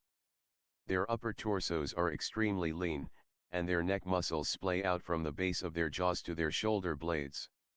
If the Dracos are able to fly to using their wings, as some people have reported, the physical demands of flight would result in some muscle groups being more developed than others. Certain individuals claiming to have had Draco encounters say they have seen ones with white powdery scales approach and give instruction to the winged Dracos, who are a greenish-brown in color. The white Dracos are the Draco prime. In every one of these cases, the greenish-brown beings appeared to be highly respectful and submissive to the Draco with white scales. This reaction suggests the Draco hierarchy is a caste system dependent on skin color and possibly other unknown genetic traits. The Greys have also demonstrated similar respect for the Draco prime in contact reports. Federation treaties. This situation is so bizarre and gets even more so as we go deeper into highly classified areas. I have been told by my NSA contact, X3, there are at least 118 different extraterrestrial races, that the NSA knows about, involved in the affairs of this planet. The NSA refers to this ET grouping under such titles as the Link and others. There are the benevolent ETs visiting this planet from star sectors such as the Pleiades, Andromeda, Lyra, Tau Ceti, Sirius A, and Ummo, which have been referred to by contacts and Secret Service personnel as the Galactic Confederation of Worlds.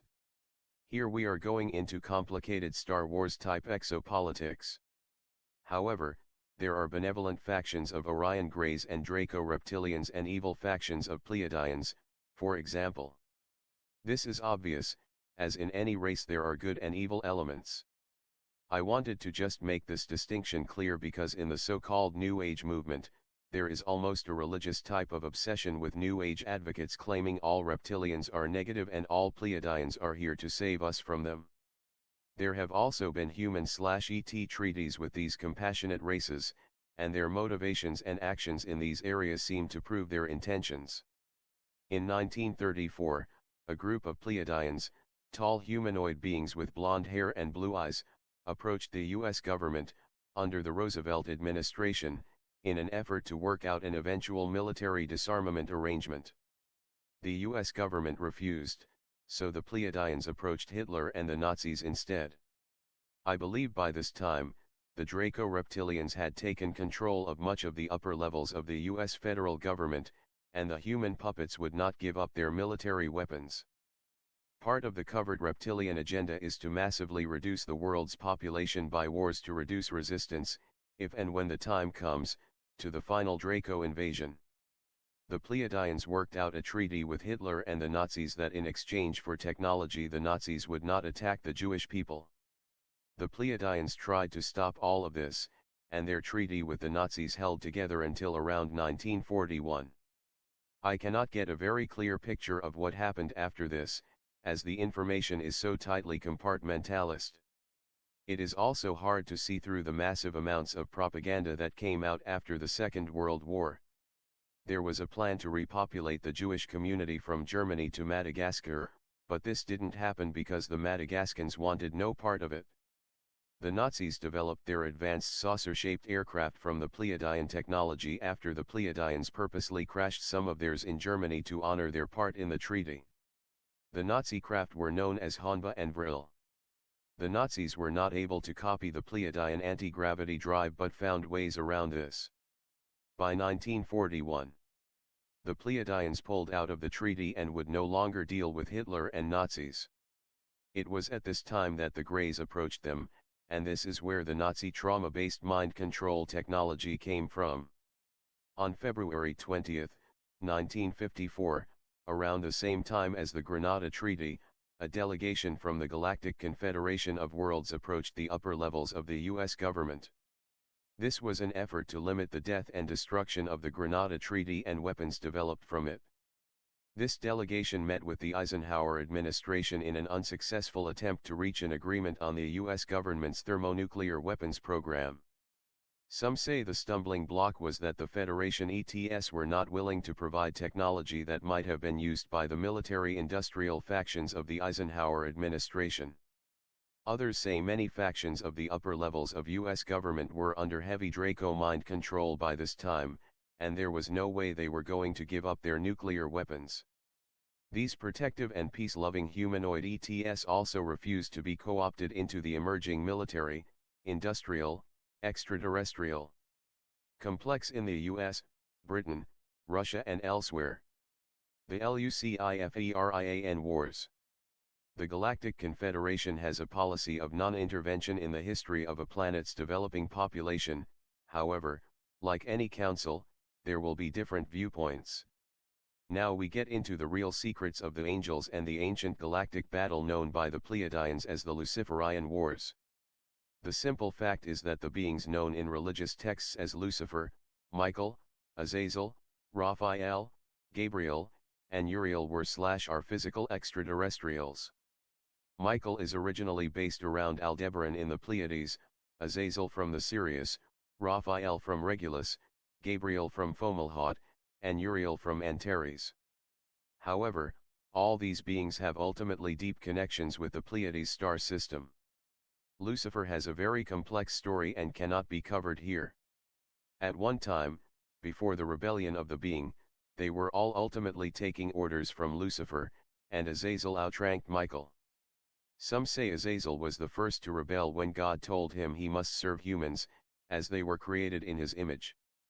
Apparently, he said, "Why should a son of fire, angel, bow down before a son of clay, human?" This was the probable cause of the Luciferian Wars of the Watchers. At the time of the fall, Lucifer ordered all his forces and starships to converge in the Lyra star sector. Michael, being the loyal soldier he is, came with his Aldebaran military forces. He was not aware their leader had rebelled against the ultimate authority and was following orders.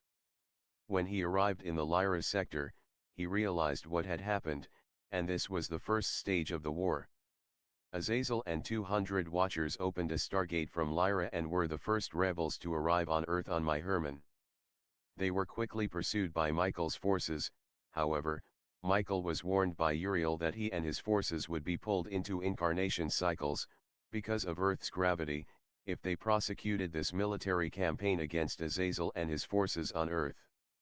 If Michael was to go through with this, he would become transfixed and trapped in this solar system and the war would rage on for thousands of years. He could not let this evil sweep unhindered across the planet and went ahead with his plan. We are now seeing the final stages of the Watcher Wars played out in front of us. In the best-selling science fiction book series called The Horus Heresy, the Watcher Wars are detailed in incredible detail. The guys writing these books are either high-level Masons or part of the intelligence community. Michael was the genetic father of the tribe of Dan, as he started that bloodline with a female watcher from the planet Huva. You can read hundreds of pages of proof of angels/watchers being physical ETS in Andrew Collins' book From the Ashes of Angels. Andy and Barry King were good friends in the past, and before Andy became famous with his groundbreaking book, they performed a ritual in a certain woodland in the UK with another man. Their aim was to harness the power of the Watchers, and this they did very effectively to cause themselves to go down in the pages of history. Just after this, Andy's book became a bestseller, and Barry King ended up working at the AL/499 underground facility in Berkshire and met ETS face to face. The handlers of Project Mannequin knew I was coming before I was born, as they viewed my life on the Zayton looking glass technology that is kept at Area 51 and other places. I am briefed on every current looking glass session by Lincoln, but it does not always get it right. The machine only views possible futures. Talmud of Jmmanuel. At about 1080, the last Pleiadian leader called Plagas left Earth for good because Pleiadians finally achieved peace there. They felt it was time for humans to evolve on their own. The next Pleiadian spiritual leader on Earth was called Jmanuel. Michael still physically comes to this planet on occasions, as he is now free of his karmic bonds. However, his spirit lives in the bodies of his human descendants as walk-ins who carry on the Watcher War under his directives. The Son becomes the Father and the Father the Son. You shall watch my life through your eyes, as your life shall be watched through mine. Sound familiar? An ancient text known as the Talmud of Jmanuel was found in 1963 in a cave in Jerusalem. The ancient scrolls had been encased in tree resin and buried for almost 2,000 years when they were discovered by Isa Rashid, who was a Lebanese priest of the Greek Orthodox Church, and by Billy Edward Albert Meyer, the famous man from Switzerland who was visited by Pleiadians on his mountain. There has been a huge campaign to discredit Billy Meyer, but I can tell you he is 100% the real deal. The two men have since been persecuted by fundamental religious organizations and shadow governments. Isa, who had the original text, had to escape Jerusalem and go to Lebanon to avoid assassination and destruction of the scrolls. Most of the text was burned and lost in an Israeli air raid on a Lebanese refugee camp in 1974. Isa and his family escaped but were later murdered in Baghdad. 1/4 of the original script had been translated from Aramaic into German by then and mailed to Billy Meyer in Switzerland. Billy edited and published the German version of the Talmud Jmanuel in 1975. Billy has survived more than a dozen assassination attempts on his life. James Deardorff, Professor Emeritus at the Oregon State University, is a stout proponent for the authenticity of the text. He has spent the last 16 years studying and comparing the scrolls with biblical scriptures. The book can be ordered on the internet. Chapter 5, Born into the Project. 1981 to 5 years old. Taken from Chal Grove Primary School in Finchley, London by two men and driven to Greenham Common Military Base. Transported to Bravo location at Greenham Common and taken underground to the AL/499 facility with 15 other children for testing of psi abilities. This session included a ritual in which one of the children, a small girl, was thrown into a cage with an attack dog and murdered in front of the rest of us. This entire event filmed. Video probably passed around intelligence community as a snuff film. The 15 children left were divided up into 3 groups of 5 for future training. Age of children seemed to range from approximately 5 to 10 years old. Session culminated in first Osiris genetic engineering procedure. Just after this, my mother enrolled me in martial arts training in Finchley with a sadistic instructor. Details of the programming session as follows. Warning, disturbing reading. I was living with my mother in Finchley, North London at the time, and my father had just come out of prison in Spain for drug trafficking and was living in Reading at the time. I remember one early afternoon at this time being driven to the Greenham Common military base in Berkshire by 2 men in a white car. Many of the details of that time have come out under regression therapy, but I have always remembered pulling up to the front gates of the place. The next chain of events is as follows. The man in the front passenger seat turned around to me in the back and said, "They keep nuclear weapons here." I later discovered this was actually a front to keep the base secret so children could be trafficked in and out of the facility. Nuclear weapons may have been kept here, as well, but the primary reason of the Greenham Common base was to channel children underground to various facilities around the country. We drove though the base into an underground tunnel. There was a 2-lane road in this large tunnel, and we drove down it until we came to a flat underground car park with an army truck parked on the left-hand side. There were 2 booths here, with security guards sitting in each one. The tunnel went further on past the 2 booths. On my right-hand side, I could see a group of approximately 15 children standing by a door. All the children had blankets wrapped around their shoulders, and there were men in military uniforms and suits standing to the left of the children. They were not saying anything and just appeared to be standing there waiting. I was taken out of the car, handed a blanket, the tunnel was cold, and huddled together with the other children by the man in the passenger seat who was dressed in civilian clothing. The group consisted of mostly boys, some girls were in the group, as well. Most of us appeared to be roughly the same age, but some looked slightly older and taller. We were then ushered through the door on our right by one of the men in suits and walked down a couple of hallways to a room, which was a classroom type setting. The room contained chairs with desks in front, and we were all told to find a desk and sit down. The man stood at the front of the room, and we all waited for what seemed like a couple of minutes before a woman came into the room. She was pushing a trolley and wheeled it around next to our desks. She then handed each of us a type of puzzle, which we had to put geometrical shapes together. The woman was middle-aged with dark hair, pretty, and wearing an office-type dark skirt and white shirt. When we all had our puzzles, she stood at the front of the room and told us we had 3 minutes to put them together. She said go, and started a stopwatch. I cannot remember how well I did, but she instructed us to stop when the time was up and then came around with a clipboard marking our results down. After this, things turned very nasty. A group of men rushed in suddenly through the door on the right, which the woman used to enter. They dragged us out of our seats roughly. We were terrified, screaming, and struggling. Then we were carried roughly and some of us dragged out of this door and into the outside hallway. The woman was shouting something in a loud aggressive manner, which seemed to be directed at us.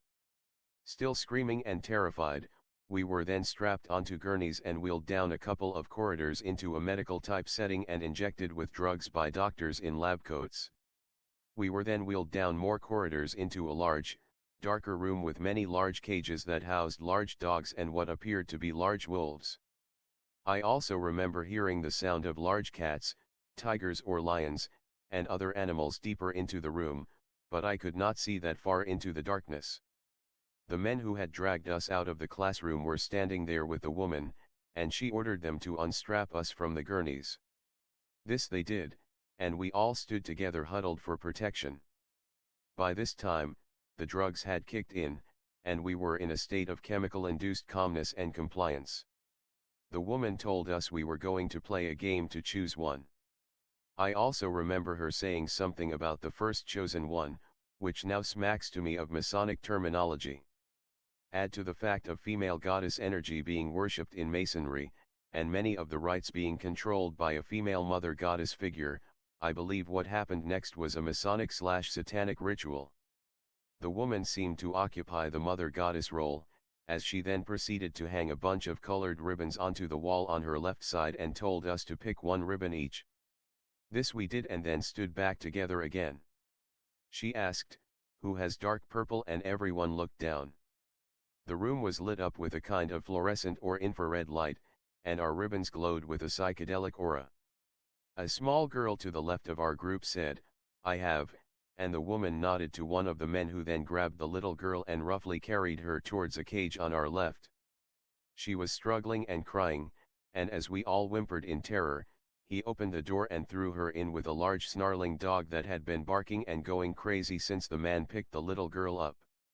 It appeared to be an Alsatian-type dog or wolf but was much bigger. This animal picked the little girl up in its jaws like rag doll and started to shake her.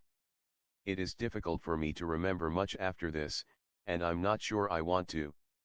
I even feel guilty about witnessing this event and even writing about it. Another survivor of similar projects told me this is very common and is called survivor's guilt. 1984 to 8 years old.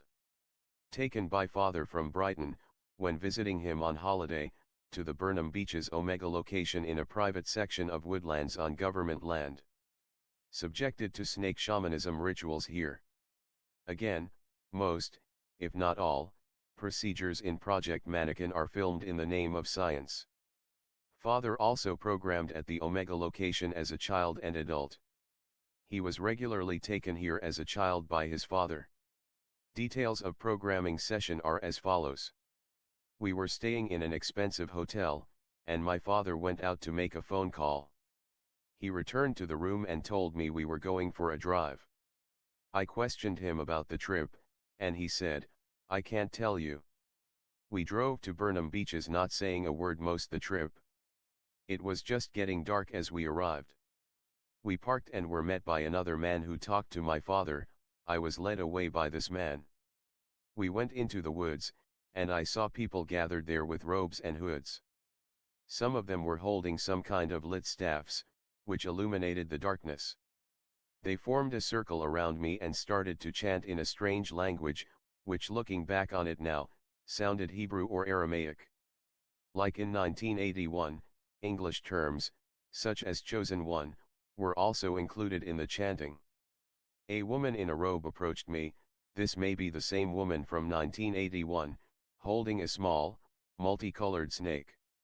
She pulled the sleeve up on my arm and pushed the top of the snake's head to agitate it.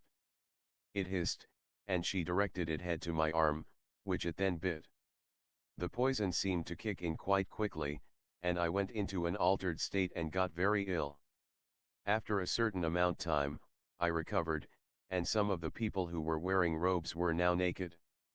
The woman brought another snake to me, this one a slightly different color but still small, and I was bitten again. I got very ill again and this time I almost died.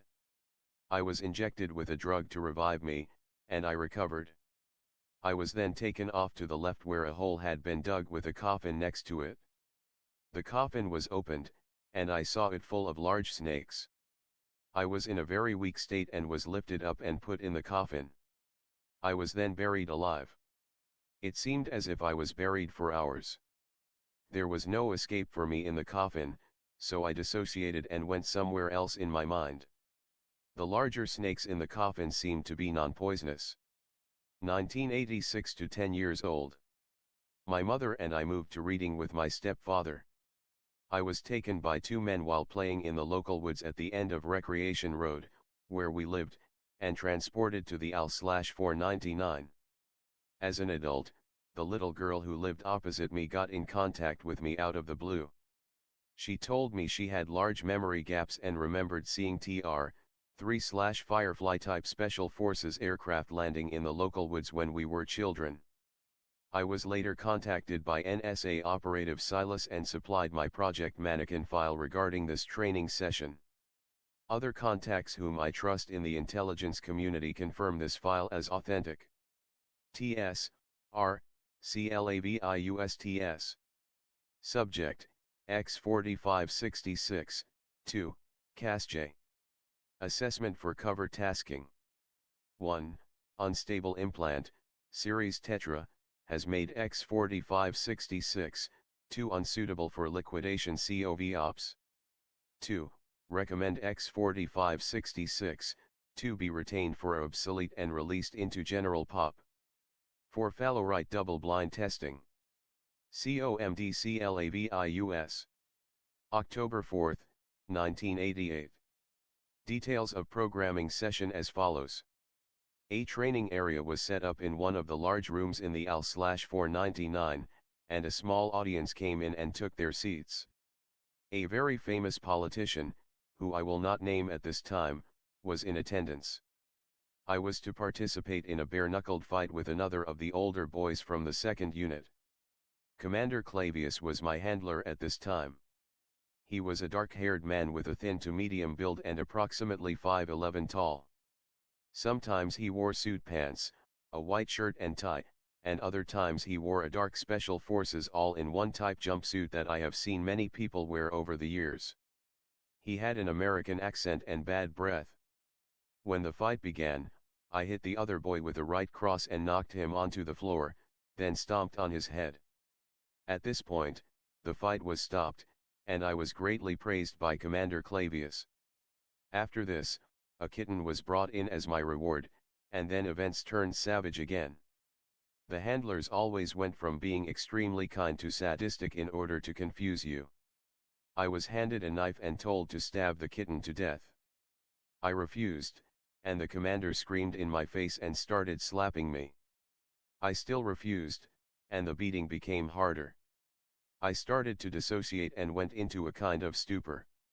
Another man, with an American accent, in the audience yelled, "Kill it yourself," to the commander, to which he replied, "Yes, sir." He then killed the kitten himself. I dissociated deeper, and my trance became deeper. Because I failed this test, I was deemed unsuitable for physical assassinations, and my training started to go down the remote viewing and mastery of subtle energy route. However, the physical martial arts training continued, and by 16 years old, they decided to try me on my first hit in Brighton, but we're getting ahead of the timeline.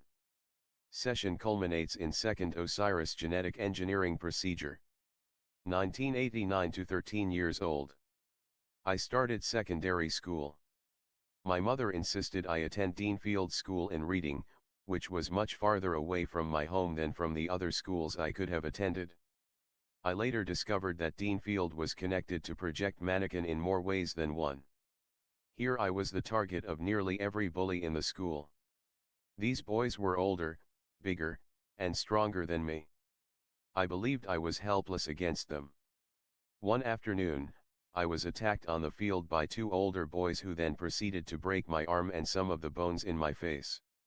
I was lying on the ground with my arm broken, and they stomped on my face. My mother was called, and she took me to hospital. I remember feeling no pain on the way to hospital. My arm was mangled, and metal plates were put in. I spent weeks in hospital recovering. When I came out of hospital, I discovered child pornography tapes in my stepfather's bedroom and watched them. These included children being raped in Masonic lodges by men dressed up in Egyptian-type robes. It also included homosexual orgies in these lodges, where the men were positioned in triangle patterns on the floor. My stepfather was abusing me. The beatings by the older boys continued at school and in my local area after school. I believed there was no escape for me and dissociated further in my mind. 1989 to 13 years old. I attended a local fair in Reading Town Center with a group of friends. I smoked my first joint before we entered. I saw the older boys who had been bullying me, and they saw me. They followed me to the far end of the fair, and two of them dragged me around the back of the toilets, pulled my coat over my head, and gave me a beating. When this was finished, my coat was stuck over my face tightly and was suffocating me. I couldn't pull it off. A boy watching came out of the crowd and ripped it off me. I stood up and saw one of the boys who had just beaten me up, standing with his group of friends. He was around 17 years old, and I was terrified of him. I suddenly felt an energy of courage and strength enter me. I ran over to him and knocked him out with one punch. All his friends were shocked and stepped back. This gave myself, and the friend I was with, time to get out of the fair. We walked across the bridge and looked back to see the gang of approximately 15 youngsters running after us and over 50 youngsters running after them to watch the action. My friend yelled "Run," and we sprinted off. If we could make it past the bridge and into the pub at the end of the street, we would be safe. Just as I thought this, a black boy raced ahead of the crowd and started to catch up with us. His speed was incredible. I believed if I got caught, I would die. He grabbed hold of me and held me until the others caught up with us. We were caught under the dark bridge just before the pub. They left my friend alone, but I was sat upon by the smaller group, while the large crowd gathered around to watch. A long, drawn-out beating commenced, while my friend screamed for them to stop. At one point, I felt if I were hit in the face again, I would die. At this point, my consciousness left my body. I then saw the scene from above looking down on my own body, but my body was still fighting. A large Jamaican lad came toward me to finish me off, and I hit him with a right cross that knocked him on his back. I then covered up, as ferocious blows started to rain in again from the others. I laid on the floor semi-conscious, and my shoes and jacket were taken. A couple of spectators from the larger crowd now ran in and kicked me in the head. Eventually, everyone headed off, and my friend bravely followed to try and get my shoes and jacket back. The lad, whom I knocked out at the fair, came back to attack me again while I was lying on the floor. My friend ran back and screamed, "He's had enough." He looked at me on the floor, and then walked off. As I lay on the road, cars were driving around me, and no one stopped to help me. My friend came over and took me to the pub. We rang my mother to come and take me to the hospital. When my mother and stepfather picked me up and take me to the hospital, I could remember ringing my mother, and just after this, I forgot my own name.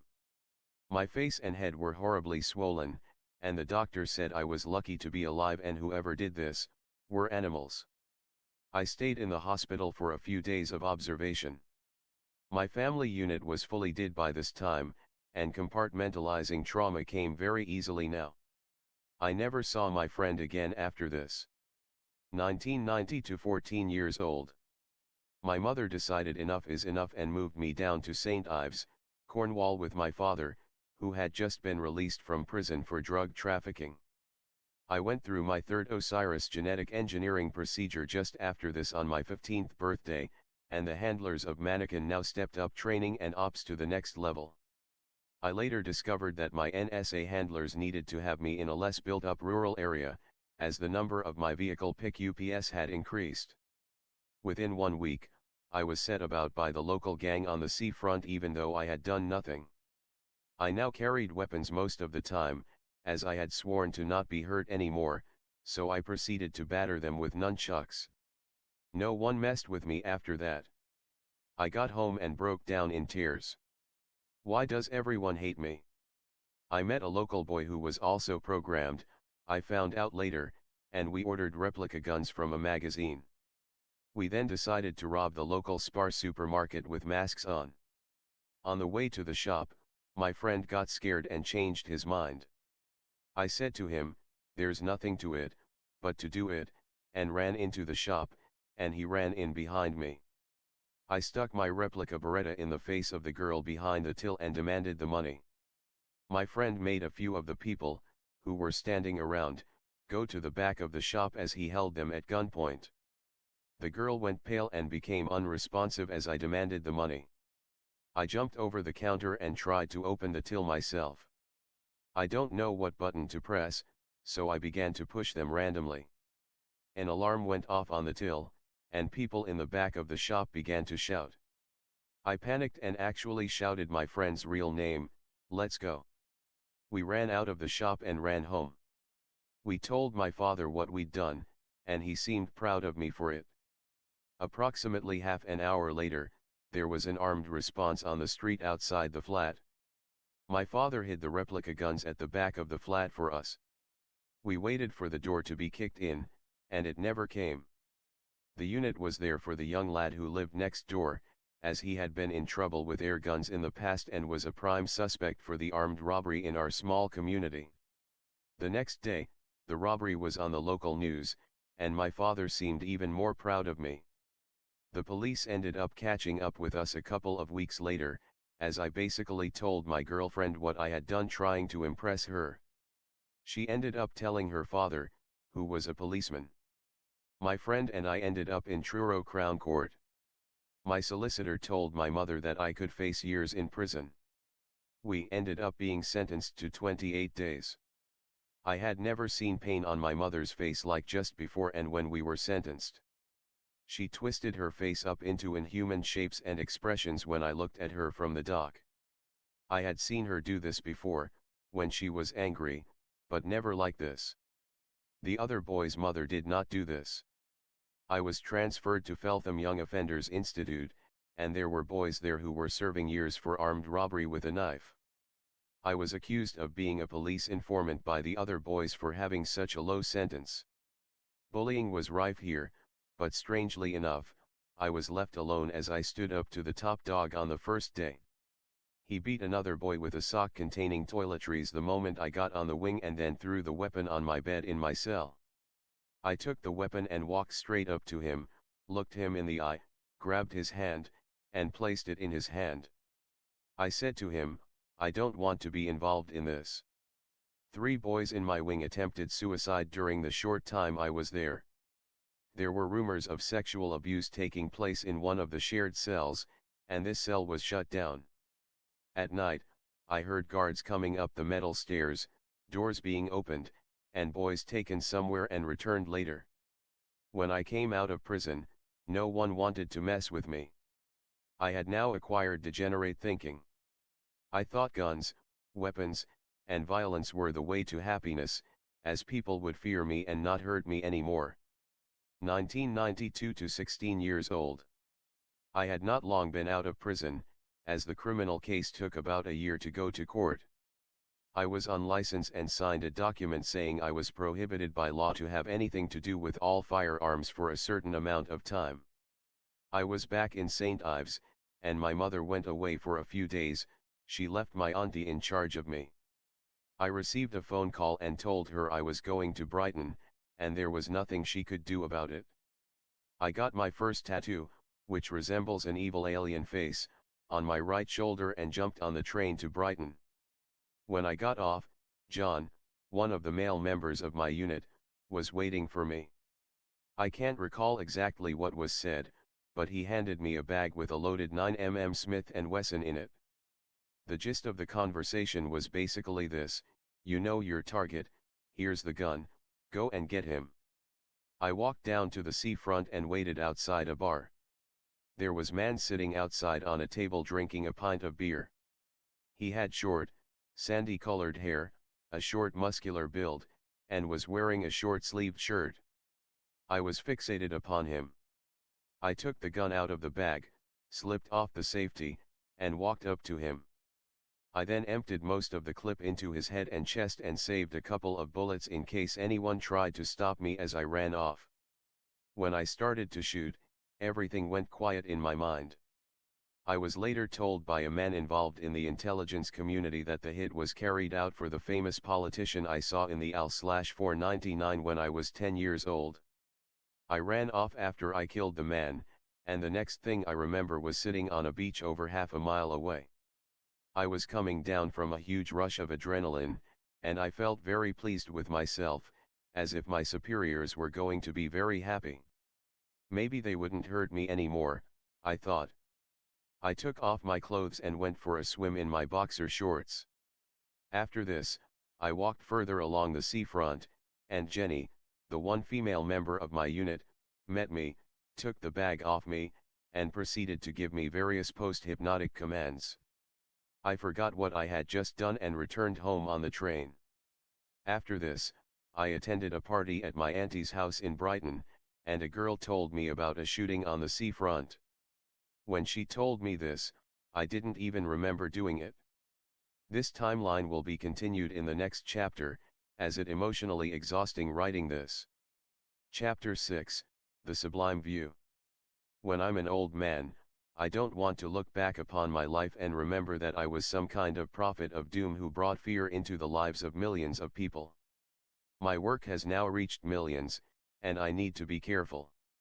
My message is ultimately one of love and peace, which is the Pleiadian paradigm. A win-win situation where every man, woman, and child on this planet's benefits. The corrupt Illuminati paradigm wishes to see the destruction of the so-called Goyim, all the people on earth who are not new Israelites. When our unit was involved in RV ops in London in the 90s, we were told things like, when it all goes down, people like you will run the planet for us. Many times, the elite were called underground to the CLC, one facility under Parliament when there were threats of a nuclear attack on the UK. Barry King was paired up with a certain female in this facility in the past in this exact situation. It was a COG, continuity of government, type operation with the Illuminati wanting to repopulate the earth with offspring of the most gifted, to rise from the ashes like the phoenix. Fortunately, this never happened. Emmanuel's message was that all people, Jew and Gentile, could see the new Jerusalem of peace and prosperity on earth. This is what the future holds, and the Pleiadians are not going to see this planet get flushed down the pen. I'm honored and grateful to be able to carry this message. What gives me the right to speak for the Pleiadians? The simple answer is that I've been in direct contact with them since I was child. Part of my role in Project Mannequin was to make telepathic contact with the large Pleiadian motherships in the outer atmosphere and then pass the messages on to Commander Clavius and other people. This was all done while I was in the trip seat. I've had that much contact with them over the years that a whole book could be written on this subject alone. Some of the messages in Mannequin had to do with the fact that the Pleiadians would not stand for the abuse occurring in these military facilities, and Aldebaran Federation forces would be taking direct military action against them. This is not a chapter about exopolitics, but the MIEC forces have control over something known as the Tablets of Destiny, which is basically a network of large exotic crystal-based computers. These are linked in a geometrical grid pattern around the world and can trigger large-scale disasters such as tidal waves, hurricanes, and earthquakes. Anyone who has investigated the subject would be familiar with the HAARP scalar weather warfare system based in Alaska. This is part of the TOD supercomputer. Ultimately, mankind is being held hostage by this system. People often ask, why don't the Pleiadians come in and rescue us and all the children being abused in underground bases, if all the ships are positioned around the planet? The answer is because of the Tablets of Destiny. Yes, the large Pleiadian craft are here. Anyone who attended the Probe International Conference in the past saw the proof. My colleague Duncan presented the many-colored photographs of these ships, some over 5 miles long, to hundreds of stunned people in attendance. You could hear the gasps from the audience as people's breath was taken away. These photographs were taken by another friend of mine, known on the internet as Simon Anderson and John Leonard Walson, using advanced photography equipment that takes pictures of objects in the outer atmosphere. JLW has filmed so many ships that I cannot cover them all here. His work has been included in the huge Renzi.com website and a small amount of footage can be seen here. My most recent Pleiadian contacts brought word of direct military action by Aldebaran Federation forces against certain strategic locations in Britain, America, and Australia. These attacks and liberations were utilized using Excalibur-type technology. This is sonic, ground-penetrating weaponry that attacks deep underground but leaves the surface unharmed. This message was given to me on the night of August 25 by several small scout craft positioned overhead in a certain location in Scotland where I am now based. The attacks would take place between the 25th and August 30th, I was told. A couple of days later, I was told by Lincoln that he'd heard of a huge explosion and fire in the underground facility at Montauk, where the Phoenix Mind Control project is being run. He also informed me that the maglev underground tube shuttle system had been shut down between the bases in New Mexico. All the terminals had been closed and this went on for an unusually long time. Anyway, I don't want to dwell on the warlike aspect of the Pleiadians. I want to focus on the joy and ecstasy that comes with having a heart link with them, especially the female aspect of their civilization. They are a goddess-based society, which venerates females and family. The feeling of the energy is similar to being in love. Children with Pleiadian genetics are highly sought after in Mannequin and are known under such codenames as Platinum Blues and Digital Children. These are the most joyful and angelic children whose physic abilities come from the ability to feel love and the feelings of another being. The people used in the project are like the phoenix. They are individuals of such passion and fire that their souls are often too powerful for their bodies. It often takes to their 30th birthday to learn how to slow down and take care and control over their physical bodies. Basically, during my telepathic contacts with them, I have written down what they told me. I have a whole box full of this information in a safe location. An individual approached me and offered to purchase them, but we could not agree on the right price. I am glad now I did not sell them. Much of the information is almost identical word for word as such Pleiadian channeled books as Awakening Your Divine Kansas and the Pleiadian Light Workbook by Amora Chwanyan and the Pleiadian Light Body DNA Activation Program by Gil Patterson. I had not read these books when I received the precipitation transmissions from the Pleiadians. They teach you how to ascend your consciousness into higher dimensions, they take a person higher. The energy is sexual as psi and sexual is one in the same. Gil Patterson calls the human light workers on earth sacred sexual master beings of light. As the ecstasy takes you, an individual is able to remote view and do other things. As I rise out of my body, I see the house, then the town, then the country in my sublime view. I then go so high I hold the whole planet in my palm, so to speak. I am then able to project my consciousness almost anywhere in the world and see what is going on. By reading this, part of my spirit is now with you. I've already gone public with the exact scientific method I use to RV on the Godlike Productions forum, so I won't include it here. According to various NSA scientists who have briefed me, over 1,000 man-hours have been put into exploring the limits of how far a remote viewer can see. They talk about 7 superdomains, which basically point toward the human having the mind of God when developed and can see across the universe. There is a limit, and the NSA scientists call this the T-boundary or through boundary. The Knights. The intelligence community consists of modern-day Knights, and the people who work with me are some of the individuals who are still human and haven't been taken over. I will explain what I mean by this statement. The knightly Masonic orders were originally set up to directly combat dangerous extraterrestrial life forms, but nowadays, many of the orders have been taken over by the same beings who were their sworn enemies. This makes perfect sense, as one of the most effective military strategies is to infiltrate and subvert your enemy. Amongst the most dangerous reptilians on Earth now is the Chimera, or shapeshifter, who walks amongst us and appears as a man. More and more chimeras are presently embedded in the human population. Many of the underground bases in the UK and US have DNA scanners located at the topside exits that are guarded by armed personnel. These alarms are triggered on these scanners if an alien or enhanced clone in human form attempts to leave the facility without permission. Do not be fooled into thinking the human military have this situation under control. However, they attempt to do their best. All other known human exits without DNA scanners are monitored 24/7 from satellite. One of the major problems the Chimera cause is when they take the human form of a world leader, which they often do.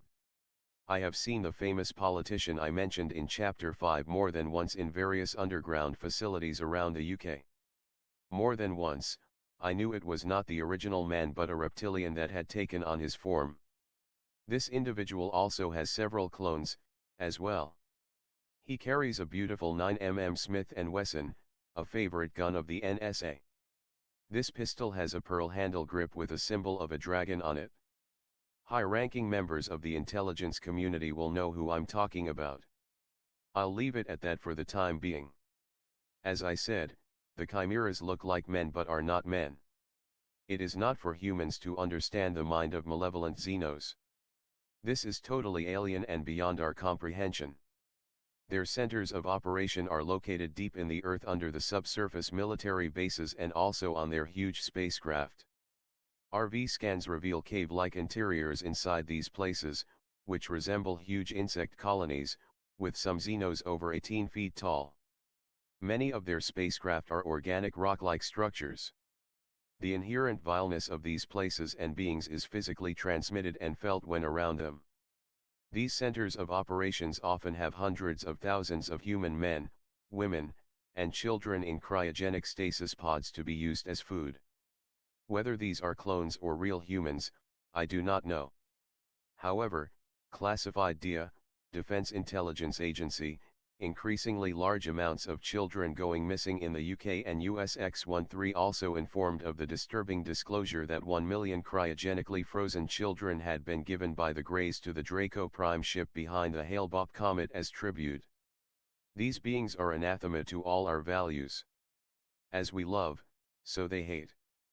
As we are strengthened and fed by peace, they are strengthened and fed by fear. They are actually a dying race who has progressed too far down the road of technology without balancing their emotional developing. They have turned into organic machines because of this. I've been warned I could be killed even more quickly for disclosing the next piece of information, as it's so close to home. However, with all the secrecy falling apart, it hardly matters now. The cat is well and truly out of the bag. This concerns the recent spate of suicides of young people in the town of Bridgend in Wales. 23 individuals have killed themselves in 20 months here. 7 deaths were linked as a possible cluster. The population is only 32,000 here. Dale Kroll, 18, hanged himself in a derelict warehouse on January 5, 2007. His friend, David Dillings, 19, hanged himself on February 18. Thomas Davies, 20, who knew both of them, hanged himself in a park a week later. Zachary Barnes, 17, who hanged himself on August 11, is also believed to have known the other victims. In December, Liam Clark, a friend of Kroll, was found hanged in a park. Gareth Morgan, 27, who knew Clark, died on January 5 this year. Natasha Randall, 17, posted a tribute message to Clark on her Bebo page 2 days before she hanged herself on January 17. On February 13, Kelly Stevenson was found hanged a few hours after her cousin Nathaniel Pritchard, 15, was declared dead following a suspected suicide. The two cousins were said to be very close, and on one of Ms. Stevenson's Bebo pages, there were tributes to Clark, Randall and Barnes. Jenna Perry, 16, found hanged on the morning of February 19, was thought to be a close friend of at least one other victim. So what is going on here really? I was directly briefed by British intelligence that in 5 of the news reports, there were members of Mi-6 and Group 5 to 8 special forces working on telephone poles and in telephone boxes in the background while cameras were interviewing newscasters. These operatives were searching an item, which has recently gone missing from the underground genetics facility below Brecon Beacons in Wales, known as Trapdoor. This so-called item is a chimera that has gone AWOL. It is referred to as a feeder, as being near to it reveals such feelings as intense suicidal tendencies and depression. The reason being is that it telepathically feeds on the taste of fear. The intel operatives in the news background are a message to the community saying, "We're attempting to get the situation under control and track this thing down." The reality of the situation is that the chimera came into the town and engaged these young people in conversation. It then telepathically hypnotized them with various subliminal suggestions. After this, it went back to the place it was staying, possibly a B&B, and performed a type of remote viewing to the location where the individual was in the process of committing suicide and fed off the energies being released here. Modern scientific investigations are now reporting that some reptile species on Earth have a type of orgasm when they die, as huge amounts of endorphins are released. Recently, there have been reports of the famous lizard man of South Carolina. One media report is as follows. Sighting of the lizard man of Scape or Swamp, also known as the lizard man of Lee County, was a major media event. First with one sighting and then others, it was said to be a humanoid cryptid, perhaps a merbeing, inhabiting areas of swampland in and around Lee County, South Carolina. The lizard man was described at the time as being quite tall, bipedal, and having what appeared to be scaly skin and glowing red eyes. In the popular media rendering, it was said to have 3 toes on each foot and 3 fingers on each hand that end in long black claw-like nails. The first reported sighting of the Scape or creature occurred on June 29, 1988, but was soon followed by others, including information that was revealed about an earlier sighting in 1987. Now, almost exactly 20 years after the initial media flap of the Scape or event, is the lizard man back. Just recently, I received word from Lincoln that a reptilian had breached one of the above-ground exits at the Oak Ridge NSA facility. He informed me of a phone call he received the night of the recent reports of the lizard man. I won't detail the case, as it was included in the mainstream media of America and can be read on the internet. The phone call was from Oak Ridge and relayed the message that the place was on red alert after a reptilian had breached the area and was being hunted by Delta Special Forces units. Apparently, one of the treaties had fallen through with the Draco and US government, and this was a psychological warfare tactic by the Draco, basically saying, "If you don't do what we say, we'll come onto the surface and cause terror." This is exactly what this thing did when it attacked a car in the area and scratched the front with its claws. See picture below. Photo 1, car scratched by reptilian ET. Also see photo 2 of Oak Ridge facility supplied by Lincoln. Photo 2 Oak Ridge facility where Looking Glass device is based. Photo 3 shows the ROSE, Remote Operational Weapons System, hardware at Oak Ridge. This is a heat-seeking mechanized rifle system that automatically locks onto anything in its sensor range. It fires upon the command of Guard Underground, photo supplied by Lincoln. Photo 3 ROSE, Remote Operational Weapons System. Photo 4 shows one of the separator pumps at the Dulce Genetics facility. Taken from level 5, this is for working with blood plasma, photo supplied by Lincoln. Photo 4, separator pumps at the Dulce Genetics facility. Photo 5 shows Barry King and me together at my flat in St. Ives. Photo 5 Barry King, L, and Michael Prince, James Casbolt, R. Photo 6 shows one of Lincoln's security badges. He has to wear 4 of them at all times. All 4 are for different purposes. One is his permanent badge, one is daily, one is door scanner/retina scan badge, and the other is for lower level access. All badges, except daily badges, remain in base at all times. They do not leave with anyone. They are turned in with coveralls when you leave. This is Lincoln's daily badge. The strip next to his employee number is turning pink/reddish in color. This strip turns pink if you don't scan it with an ultraviolet badge scanner. Basically, the badge goes bad to prevent forgery. Photo 6 Lincoln's security badge. Photo 7 shows a reptilian that has been killed and beheaded in the jungle of South America by local shamans. Photo 7 Head of dead reptilian ET. Chapter 7, Convergence of the Star Children. In August 2006, I made the following prediction on the Edge AM radio broadcast. I stated we are close to a worldwide stock market collapse followed by an Arab-backed Russian military invasion of the US and UK. The global stock market collapse has now occurred, and it is time to ask yourself this question: why are masses of Russian and Polish immigrants being let into the UK? If a Russian invasion were being planned, would there be less resistance if the population were mixed together? We were told years ago that the UK and US would become training grounds for Russian special forces, such as Spetsnaz, Russian special purpose regiments, working together with private security firms such as Wackenhut. I've nothing against the Russian KGB/FSB, as I'm friends with ex-KGB agents such as John Simons.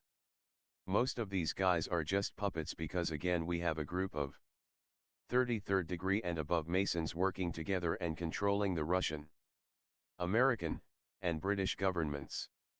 These people are now playing out a four horsemen of the apocalypse scenario. This will cause religious uproar amongst Christian, Muslim, etc. fundamentalists. This is all planned to do just that, of course. The 4 stages, or horsemen, of the New World Order are as follows, and it all begins with the global stock market collapse. 1. Worldwide stock market breakdown, first major attack on the world's population. 2. Arab-backed Russian invasion of US and UK, World War III. 3. Large-scale biowarfare attack on world's population, return of the plague situation. 4. Topped off by a false flag alien invasion with Illuminati and ETS working together, possibly staged over 2012 Olympic Games in London while eyes of the world focused on the event. On September 8, I received this email from X3, 33rd degree of Zion/Illuminati member. Dear James, the Committee of the Majority, Magic, have elected out of the Illuminati, top 300, 33rd degree Masons. Now putting final plans in place for fake Armageddon scenario. Watch Iran and Pakistan. Plan is for theater of war to break out in the Middle East, i.e. Armageddon. Meanwhile Lord Jacob Rothschild and his lodge, through the BIS are attacking the US financial system. The plan as I understand it is a simultaneous financial attack, then a war with Russia through Iran and Israel, then a bird avian virus attack throughout the USA. The microchips of course are in the inoculants manufactured in Switzerland by Rockefeller's company. If the light workers turn up, authors note, Pleiadians, which is expected, Project Bluebeam will be initiated, fake ET invasion. Yours in service. On the September 24th, I received this email from Lincoln confirming above intel. James. How are you? I am exhausted. I just came back from a 4-day trip to Poland. Lots of crazy stuff going on there. They had a crash there 2 weeks ago. I was part of the research team that had to visit for intel/archive purposes. Seems the technology gets better and better because we recorded several new updated and brand new items that will be going for back engineering. Should be interesting. Be aware that this American economic problem is all planned out. Poland is key right now. Keep an eye on Pakistan. Ezekiel chapters 38 and 39 might be interesting. He saw through looking glass as well, you know. Talk to you soon. Irish. While staying in Scotland recently, I received the following information from the people I stayed with who are in the network. A certain individual there was told to ring a special number and received the following recorded message. It basically stated that in the event of an unprecedented national emergency in the UK, it would be very unwise to flee from a major city, such as London, and head towards rural areas, such as Devon and Cornwall. The reason being that plans are being formulated by special forces to herd masses of people into these areas during a time of panic, the reason being to trap the masses in these areas by sealing off the Tamar Bridge for SF sweep-up operations. The intelligence operative who recorded this message says the sweep-up operation will be the rounding up of huge numbers of civilians in martial law. British troops will refuse to carry out these orders, but mind-controlled Spetsnaz and Wackenhut forces will not. If this happens, most of the British troops will be overseas, as the puppet masters will strategically place their military chess pieces in the correct locations. The Draco and Syrian Anunnaki pull the ultimate strings here, and they hope to sit back and see us reduce our numbers drastically for a more compliant planetary takeover when their military forces return en masse in 2012. Looking for help. The following emails are from individuals involved in the areas mentioned in Agent Buried Alive. Bear in mind that I receive literally hundreds of these types of communications from all over the world, from ex-special forces, ex-government people, scientists, etc. I talk to many over the phone and meet many face to face. Most of them are just decent, honest people looking for answers. I don't claim to have all the answers, but I try and help them as much as I can. The best form of help seems to come from providing them proof of these issues. Many of them doubt their own sanity after what they have experienced. I received the following email on August 17, 2008.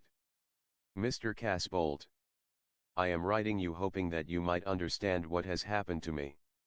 I was told by a friend about your site, so I dropped by and was very intrigued, but then troubled. I never thought that my government, US, would be involved in the things you speak of. But the more time that goes by, I have learned better.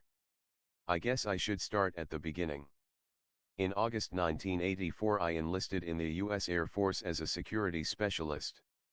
They put me in delayed entry, but during this wait I was indoctrinated in military drill and command, procedures, and marksmanship.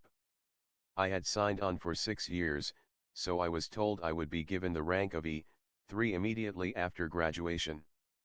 But once I arrived at Lackland AFB, things got strange. I was singled out the first day for testing. I was given blood tests, vision test, and a hearing test. During the hearing test, for what I thought took only 15 minutes, when I checked the time, when it was over 3 hours had passed.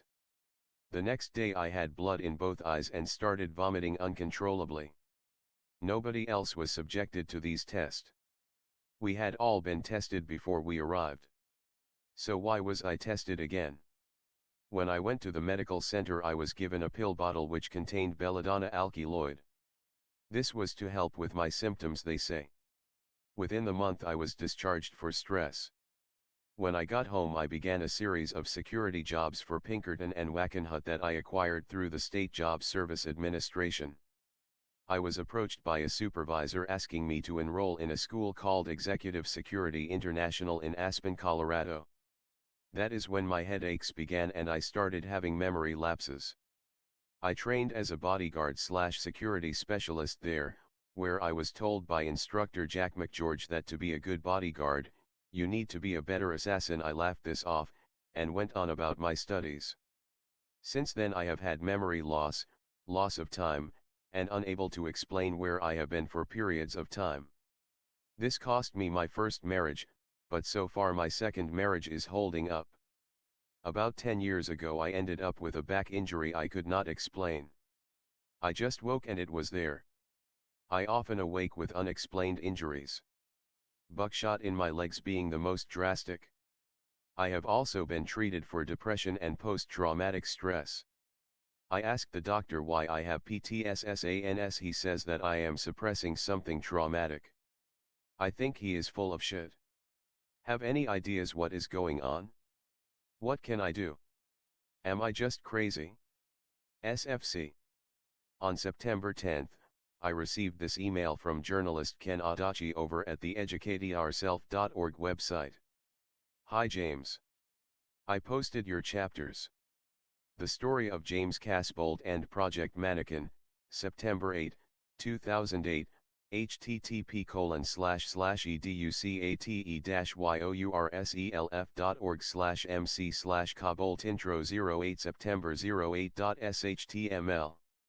I'll get your audio and post that on my site as well. I downloaded your 4 videos posted at YouTube from October 2007. Very well done. I'll post them as well. Tell me the name of the conference that you were speaking at. I'm also sending you this email I received from a man in London. It seems he was programmed as a child to remote view.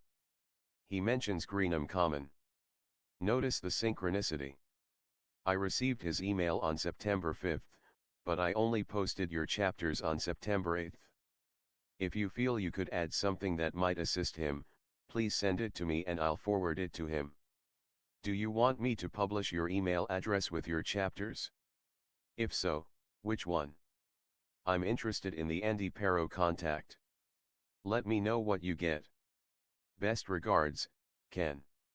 12-year, old covertly trained to remote view at special school in London http://educate-yourself.org/lte/child remote viewers London 05 September 08.html. September 5th, 2008. 12-year, old covertly trained to remote view at special school in London, September 10, 2008. Subject, child remote viewers in southwest London. From, Martin I. Morris. Date, Friday, September 5, 2008. 2, Editor. Dear Sir, my partner recently directed me to your site in the hope it may help me. In the early 1980s, I lived in London. I was not very academic, more of a disobedient daydreamer. I don't know why this was. I came from a normal, stable family. Apart from suffering mild epilepsy, I was normal. As I wasn't doing well at school, I was sent to a centre in Clapham Old Town, London. Here things really started to go crazy for me. I suffered a lot of déjà vu, and while watching TV, or reading the papers, I could always see another take on what I was being told or reading. The school, as it was known, only had a handful of students attending, and did not follow the regular curriculum. It was very informal and loose. Once a week, we were taken on days out for field trips, but we never saw any fields. It was always in large, strange buildings, often in Greenwich, East London, the Thames Barrier and next to Hampton Court. Now my problem is my memories from these places are quite bizarre. And now I'm beginning to doubt them myself. These were the days before the PC and TV plasma screens etc., but I swear they had them there. I think we were being used to do things remotely on these screens. I could swear there was a large humming noise. Everything was made of metal, and cable like I've never seen, millions of thin cables. Is any of this possible? Here I met another kid my age, I was 12 at the time. His name was Tim. We got on well and spoke often. He told me we were in the school because of our teeth. He claimed that our teeth were implanted with something to control and follow us. Crazy, I thought at the time. Amongst other things he told me, were that we should never eat cheap meat. We were being sprayed with little creatures from aeroplanes and that a handful of companies would one day rule the world over. Bear in mind, we were 12 years old. I thought he was plain mad. He spoke of tiny machines that we could not see by eye, living on us and relaying information back to they, he used to say. Tim was always treated with kid gloves on these days out. There was always two little brown men, perfectly human, just incredibly small, helping him to do work. As I said, my memories are very strange, but I remember us being tested on lights and puzzles. I cannot remember what this testing was about, but it was not normal surely. Then I noticed something that was very, very frightening. 3 other kids and this Tim had fits, epileptic fits. No parents were called and no doctors, just a couple of Indian nurses who did not speak English, I think. It was then I realized that we all had something in common.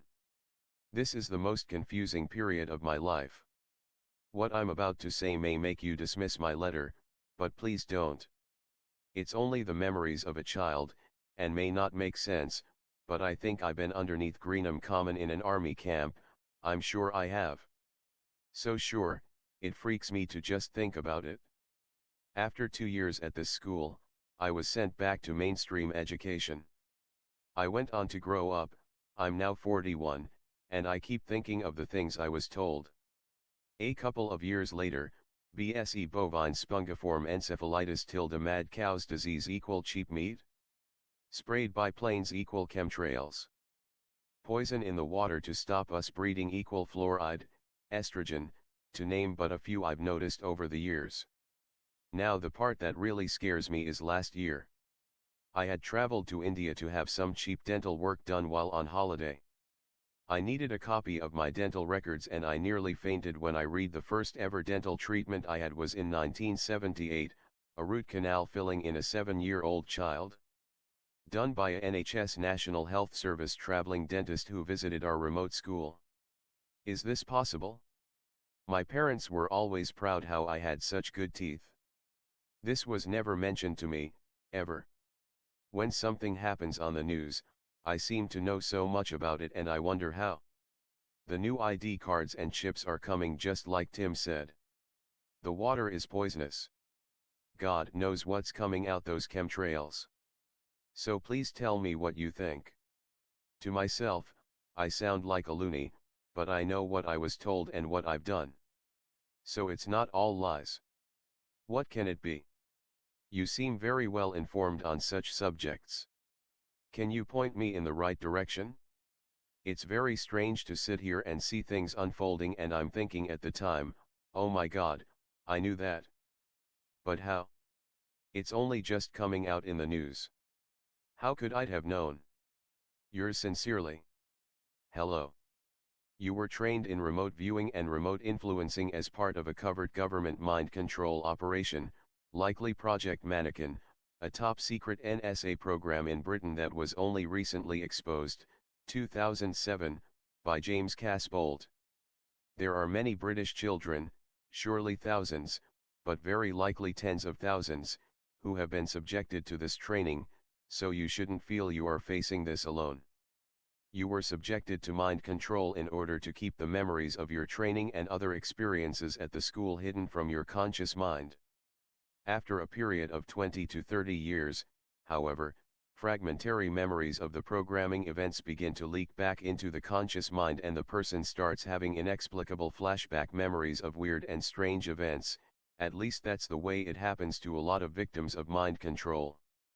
In your case, you remembered your conversations with Tim from the start, so the things he forewarned you about are now becoming more apparent to you and it all seems less crazy. It's natural to doubt yourself since no one told you or asked you if you wanted to be part of this program. You were chosen as the result of an aptitude test that you likely received either before or after being sent to the school in Clapham Old Town, London. The fact that you said you were not very academic, but rather a disobedient daydreamer tells me that the right side of your brain is more developed than the left side. Therefore, you are more right-brained, or more intuitive, which means you have above-average psychic ability, and that's what the government was looking for, kids with psychic ability. You were trained to remote view and remote influence from a distance, so that ability still bleeds through into your conscious, everyday life. Because of your training, your subconscious mind instantly becomes aware of the events you are seeing on the TV news or might read about in the newspaper. That's why you are having the apparent déjà vu experiences. The info is bleeding through from your subconscious mind into your conscious mind. It's possible you were trained to be a sleeper and are not being actively used as a remote viewer. It's also possible that you are being covertly used, but you are unaware of it. The epilepsy, and the epileptic fits that you saw Tim and the others have, may somehow be part of this deal, but I have no idea what's going on in that regard. James Casbolt will likely know more of your situation than I, so I'll forward your email to him and perhaps he can add more to the story. You should not be frightened by this information, but rather embrace it and determine to undo this programming and discover what really happened to you. You have talent as a remote viewer and need to learn how to access that talent on your own and use it for the benefit of mankind, rather than serve the dark masters of the New World Order. Tim Raffat is in Brighton and has a great deal of expertise in this arena. He may be able to help you. http://www.remoteviewinglight.com/html/tim-raffat-remote-viewing.html right parenthesis. Tell me more if you care to expand on your story. The more you attempt to dig, the more memories will come to the surface. You should keep a spiral-bound notebook and write things down as they come to you. Regards. Ken. On the August 15th, I received the following email. Hi James. I believe I have something to share here. As of lately I've been researching all this covert mind control, and for myself have been trying to put my odd puzzle together. When I was a kid 4 to 5, I have a memory of my father taking me somewhere underground where a lot of other kids were doing puzzles, people in lab coats. He told me it was a company party for the Eaton Corporation in the Cleveland, Ohio area. But I remember all the kids on a spinning wheel and we were hanging onto the center, and it spun really fast and all the kids got thrown into brick walls. We were all badly hurt. I clearly remember this, yet over the years I have asked my father about this and he doesn't remember. My mother insisted he stop taking me to Masonic meetings for I was getting molested there, and one time I was hospitalized due to an injury to my fanny. My father seems fascinated researching his genealogy family tree, all relating to Scotland, Wales, Vanderbilts, and American Indians, and my mother is pure Irish, and he is always watching shows about the Nazis, and when he goes the dentist he never allows painkillers. I remember one time his dentist told me it was rather odd how he endured the pain, for he was sure it should have caused great pain. Makes me wonder, as he was in the military as well. In Catholic school I always had to go into a mobile lab out in the parking lot where they made me do psychic testing. They constantly drilled me if I could remember extensive numbers in a series. I always remember walking into them but only have a few memories inside. When I went to public school in 6th grade, for some reason my class only had to wear headphones and told to listen to a particular radio station with Walkmans. In Quantico, VA, I recall several times wondering where 2 to 3 days went. And one time I remember naval intelligence in my room tearing the room apart. I asked what are you doing and they kept telling me to go back to sleep, although I didn't. Later my roommate was trying to fix the rattling vent and found bugs in the air vents.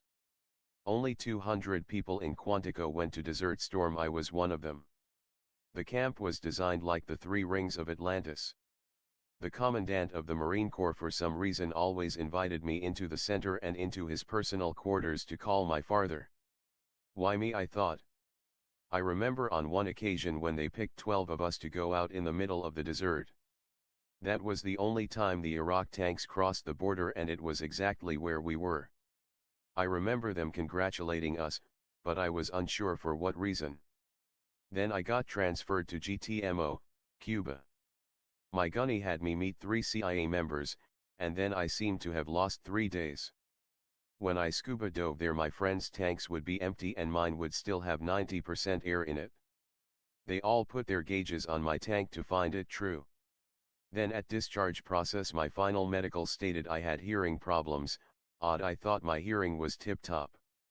They medevaced me from GTMO to Norfolk, VA and put me in a sound booth with all these fast cyclic frequencies and lights flashing. Then they told me my hearing was fine and I could continue checking out of the Corps. Silent subliminal, I wonder. Then when I got out I checked into Ohio State U and this one guy kept following me around while I was looking for apartments, insisting to move into his house because we were both Marines. He worked at Wakenhut. He had like over 50 assault rifles and put them into my room. I told him chicks are going to think I'm crazy with all these guns, so he threw a sheet over them. Then he moved to Chicago. Then instantly some other Marine gets a job where I work and begs to move in and places all these assault guns in my room. On one occasion I had this girl over and my handler, let's say, asked her to ride on the back of his CBR 900. They got a 1/4 mile down the road. They said the back tire was thrown to the left and they came back all banged up. He looked me in the eyes and said, "Don't ever do that again." I looked back and said, "Touché." On one occasion I ripped his leg out of socket and twisted it up real bad. I guarantee to this day every step he remembers me. One day he yelled at me and then got in his Jeep and drove off. Then it lost control and flipped over and was totaled. He feared me, although he stuck around and insisted we create a security company called Shadow. Kind of dark, I thought, with a CIA agent who bragged about drug running in Chicago, that guarded an underground tunnel network in Columbus, Ohio near Trobwa Road, Marble Cliffs Aggregate Quarry, which was partially federal land. It was purchased by a company in Australia who brought in their own security company. On one occasion I overheard that the abandoned building west of the Columbus courthouse has a CIA center underneath. I just always thought weird. But a year later I had an experience in a lab room where they were trying to give me a shot in a lab. I kicked the nurse away, threw 2 guards down and ran out of this same abandoned building. All this security chased me. I hopped to the top of this huge fence, ran out to a public parking lot, saw a car alarm light blinking, so I punched out the window to create a disturbance for my escape. Now my Marine roommate moves away and changes his name, becomes unreachable, and the CIA dude goes back to Chicago, and this is when things get really weird. It seems as if my programming was surfacing, when some new friends stole some things from my house. I found out they did it through the grapevine. Apparently everywhere they were, so as they'd be driving around and there I was mile after mile just standing there. They thought no way, so they called my house to leave a message. I was home. Their lights would flicker on and off, the TV too. They all tried moved away, although I threw their cars off the road and caused severe injury to them all. I began flying through my TV set and looking into people's living rooms through their TV. Twice someone drove by me and gave me a dirty look and I blew their car engine up. Once it was an undercover cop. I have witnesses both times. My friends knew I did it. Every time I came into my friend's house their lights would flicker and blow up. When the priests were beginning to be caught molesting the boys, I was driving by a Josephium Priest College in Columbus and thought, what an evil group, and instantly an entire wing became engulfed in flames. One neighbor gave me a dirty look and I ripped their front door off and launched it across their driveway with my mind, and his wife ran inside to hide their evil looks. Nobody liked those annoying neighbors. The 2003 blackout from Cleveland to Trenton, New Jersey, I was at exactly the town where the blackout stopped, or began. I do not understand that one. The other day this person gave me a dirty look and their feet swept up and they were launched 10 feet away. I didn't mean to do it, I just got pissed off at the look I was given. Instant karma is bliss, they know exactly what is being done unto them. I'm really a peaceful guy if you ask anyone who has gotten to know me. Just from mind-controlled people we have a lot of anger built up. Just like a druid, apparently Jesus' favorite folk, very spiritual and very fierce. Beautiful blood to have. 4 times I healed a dead animal. One time 5 young girls were crying holding a squirrel hit by a car. I said, how long has it been dead? They said 20 minutes. I told the one girl to touch it right between the eyes, and I quickly sent prana to the squirrel, and it instantly leaped up, jumped off the shoulders and climbed a 100-foot oak. Hopefully I gave that girl belief she can resurrect. My cousin had only 1 month to live from cancer. I heard of this, so I sent her prana and the doctors said it was completely gone days later. It seems I was trained in the subtle energies, which can be used for offense and defense, good or bad. I still get all these calls where hey, ask if Jacob is there or is Jay there, and all these weird clicks and pops and tones are playing in the background. I don't even answer the phone anymore. But sadly, recently I was flown to a job in Ithaca, New York, and just requested to leave, and I jumped on a Greyhound and went to Rochester, New York for a few days, then flew home. Now that I look back, it was very weird that I did that. I've actually found a few other Marines I worked with and they can't remember entire years, maybe small fragments if that. While living in Corpus Christi, near the SPID, I was walking at night, then all of a sudden kind of lost my balance and felt tingly all over. I looked up and no more than 200 yards up was a triangular craft with lights in the corners. Did I miss time and was beamed back down? I'm not sure if I lost time. I never wear a watch, I just keep track of the days. For some reason I always been interested in books on hypnosis and psychology. I wonder why. At the age of 17, I already acquired and read all the college textbooks for a psychology degree, and maybe 100 more. This is most of all I've been able to piece together so far. I have tried to open up more memories by inducing lucid dreaming. When I first began this, I began having dreams of being molested as a young boy as I journeyed to know how it all began. One time I felt the perspective of being the older man who was molesting me to understand just how could anybody do that. These memories haunt me. So much of my mind is closed as of lately I only dream forward towards my best desires. I imagine a better future where most of the population quickly joins in harmony and our great minds together as battery ran in series raises the frequency to the fourth dimension. To inform is good. This requires energy. Energy best spent would be fourth dimension worldwide holiday. Imagine all of humanity's power aimed at our ultimate goal. To have this day on a Tuesday would be pure Tuesday for togetherness. Too much conflict of energies on Sunday. Let's all play hooky on Tuesday, what a ya say. Screw the dollar for the day. Companies can't fire everyone. If we try to make it official, that will take beyond 2012, the pole shift where too many beautiful souls will lose the opportunity to shift.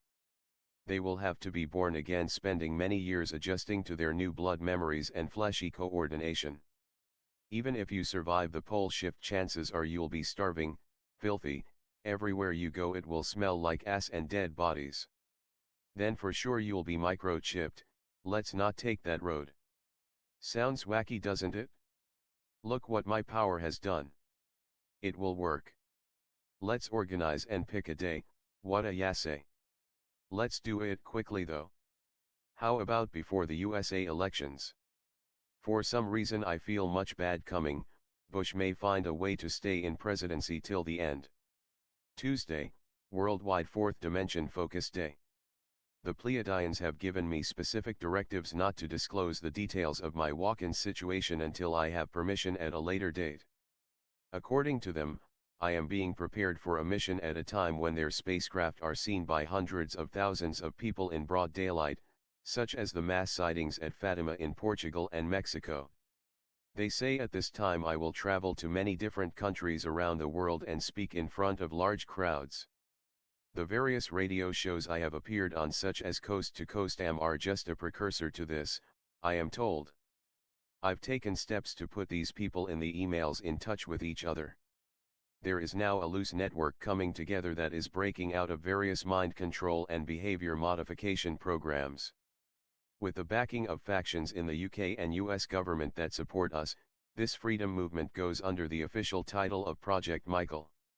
We are currently seeking more suitable headquarters and corporate funding. I will restate my message to any and all members of the intelligence community, military, and industrial apparatus who wish to get on board. All identities will remain confidential. A true slave is the man who cannot speak his mind. Copyright James Casbolt / Michael Prince. All rights reserved.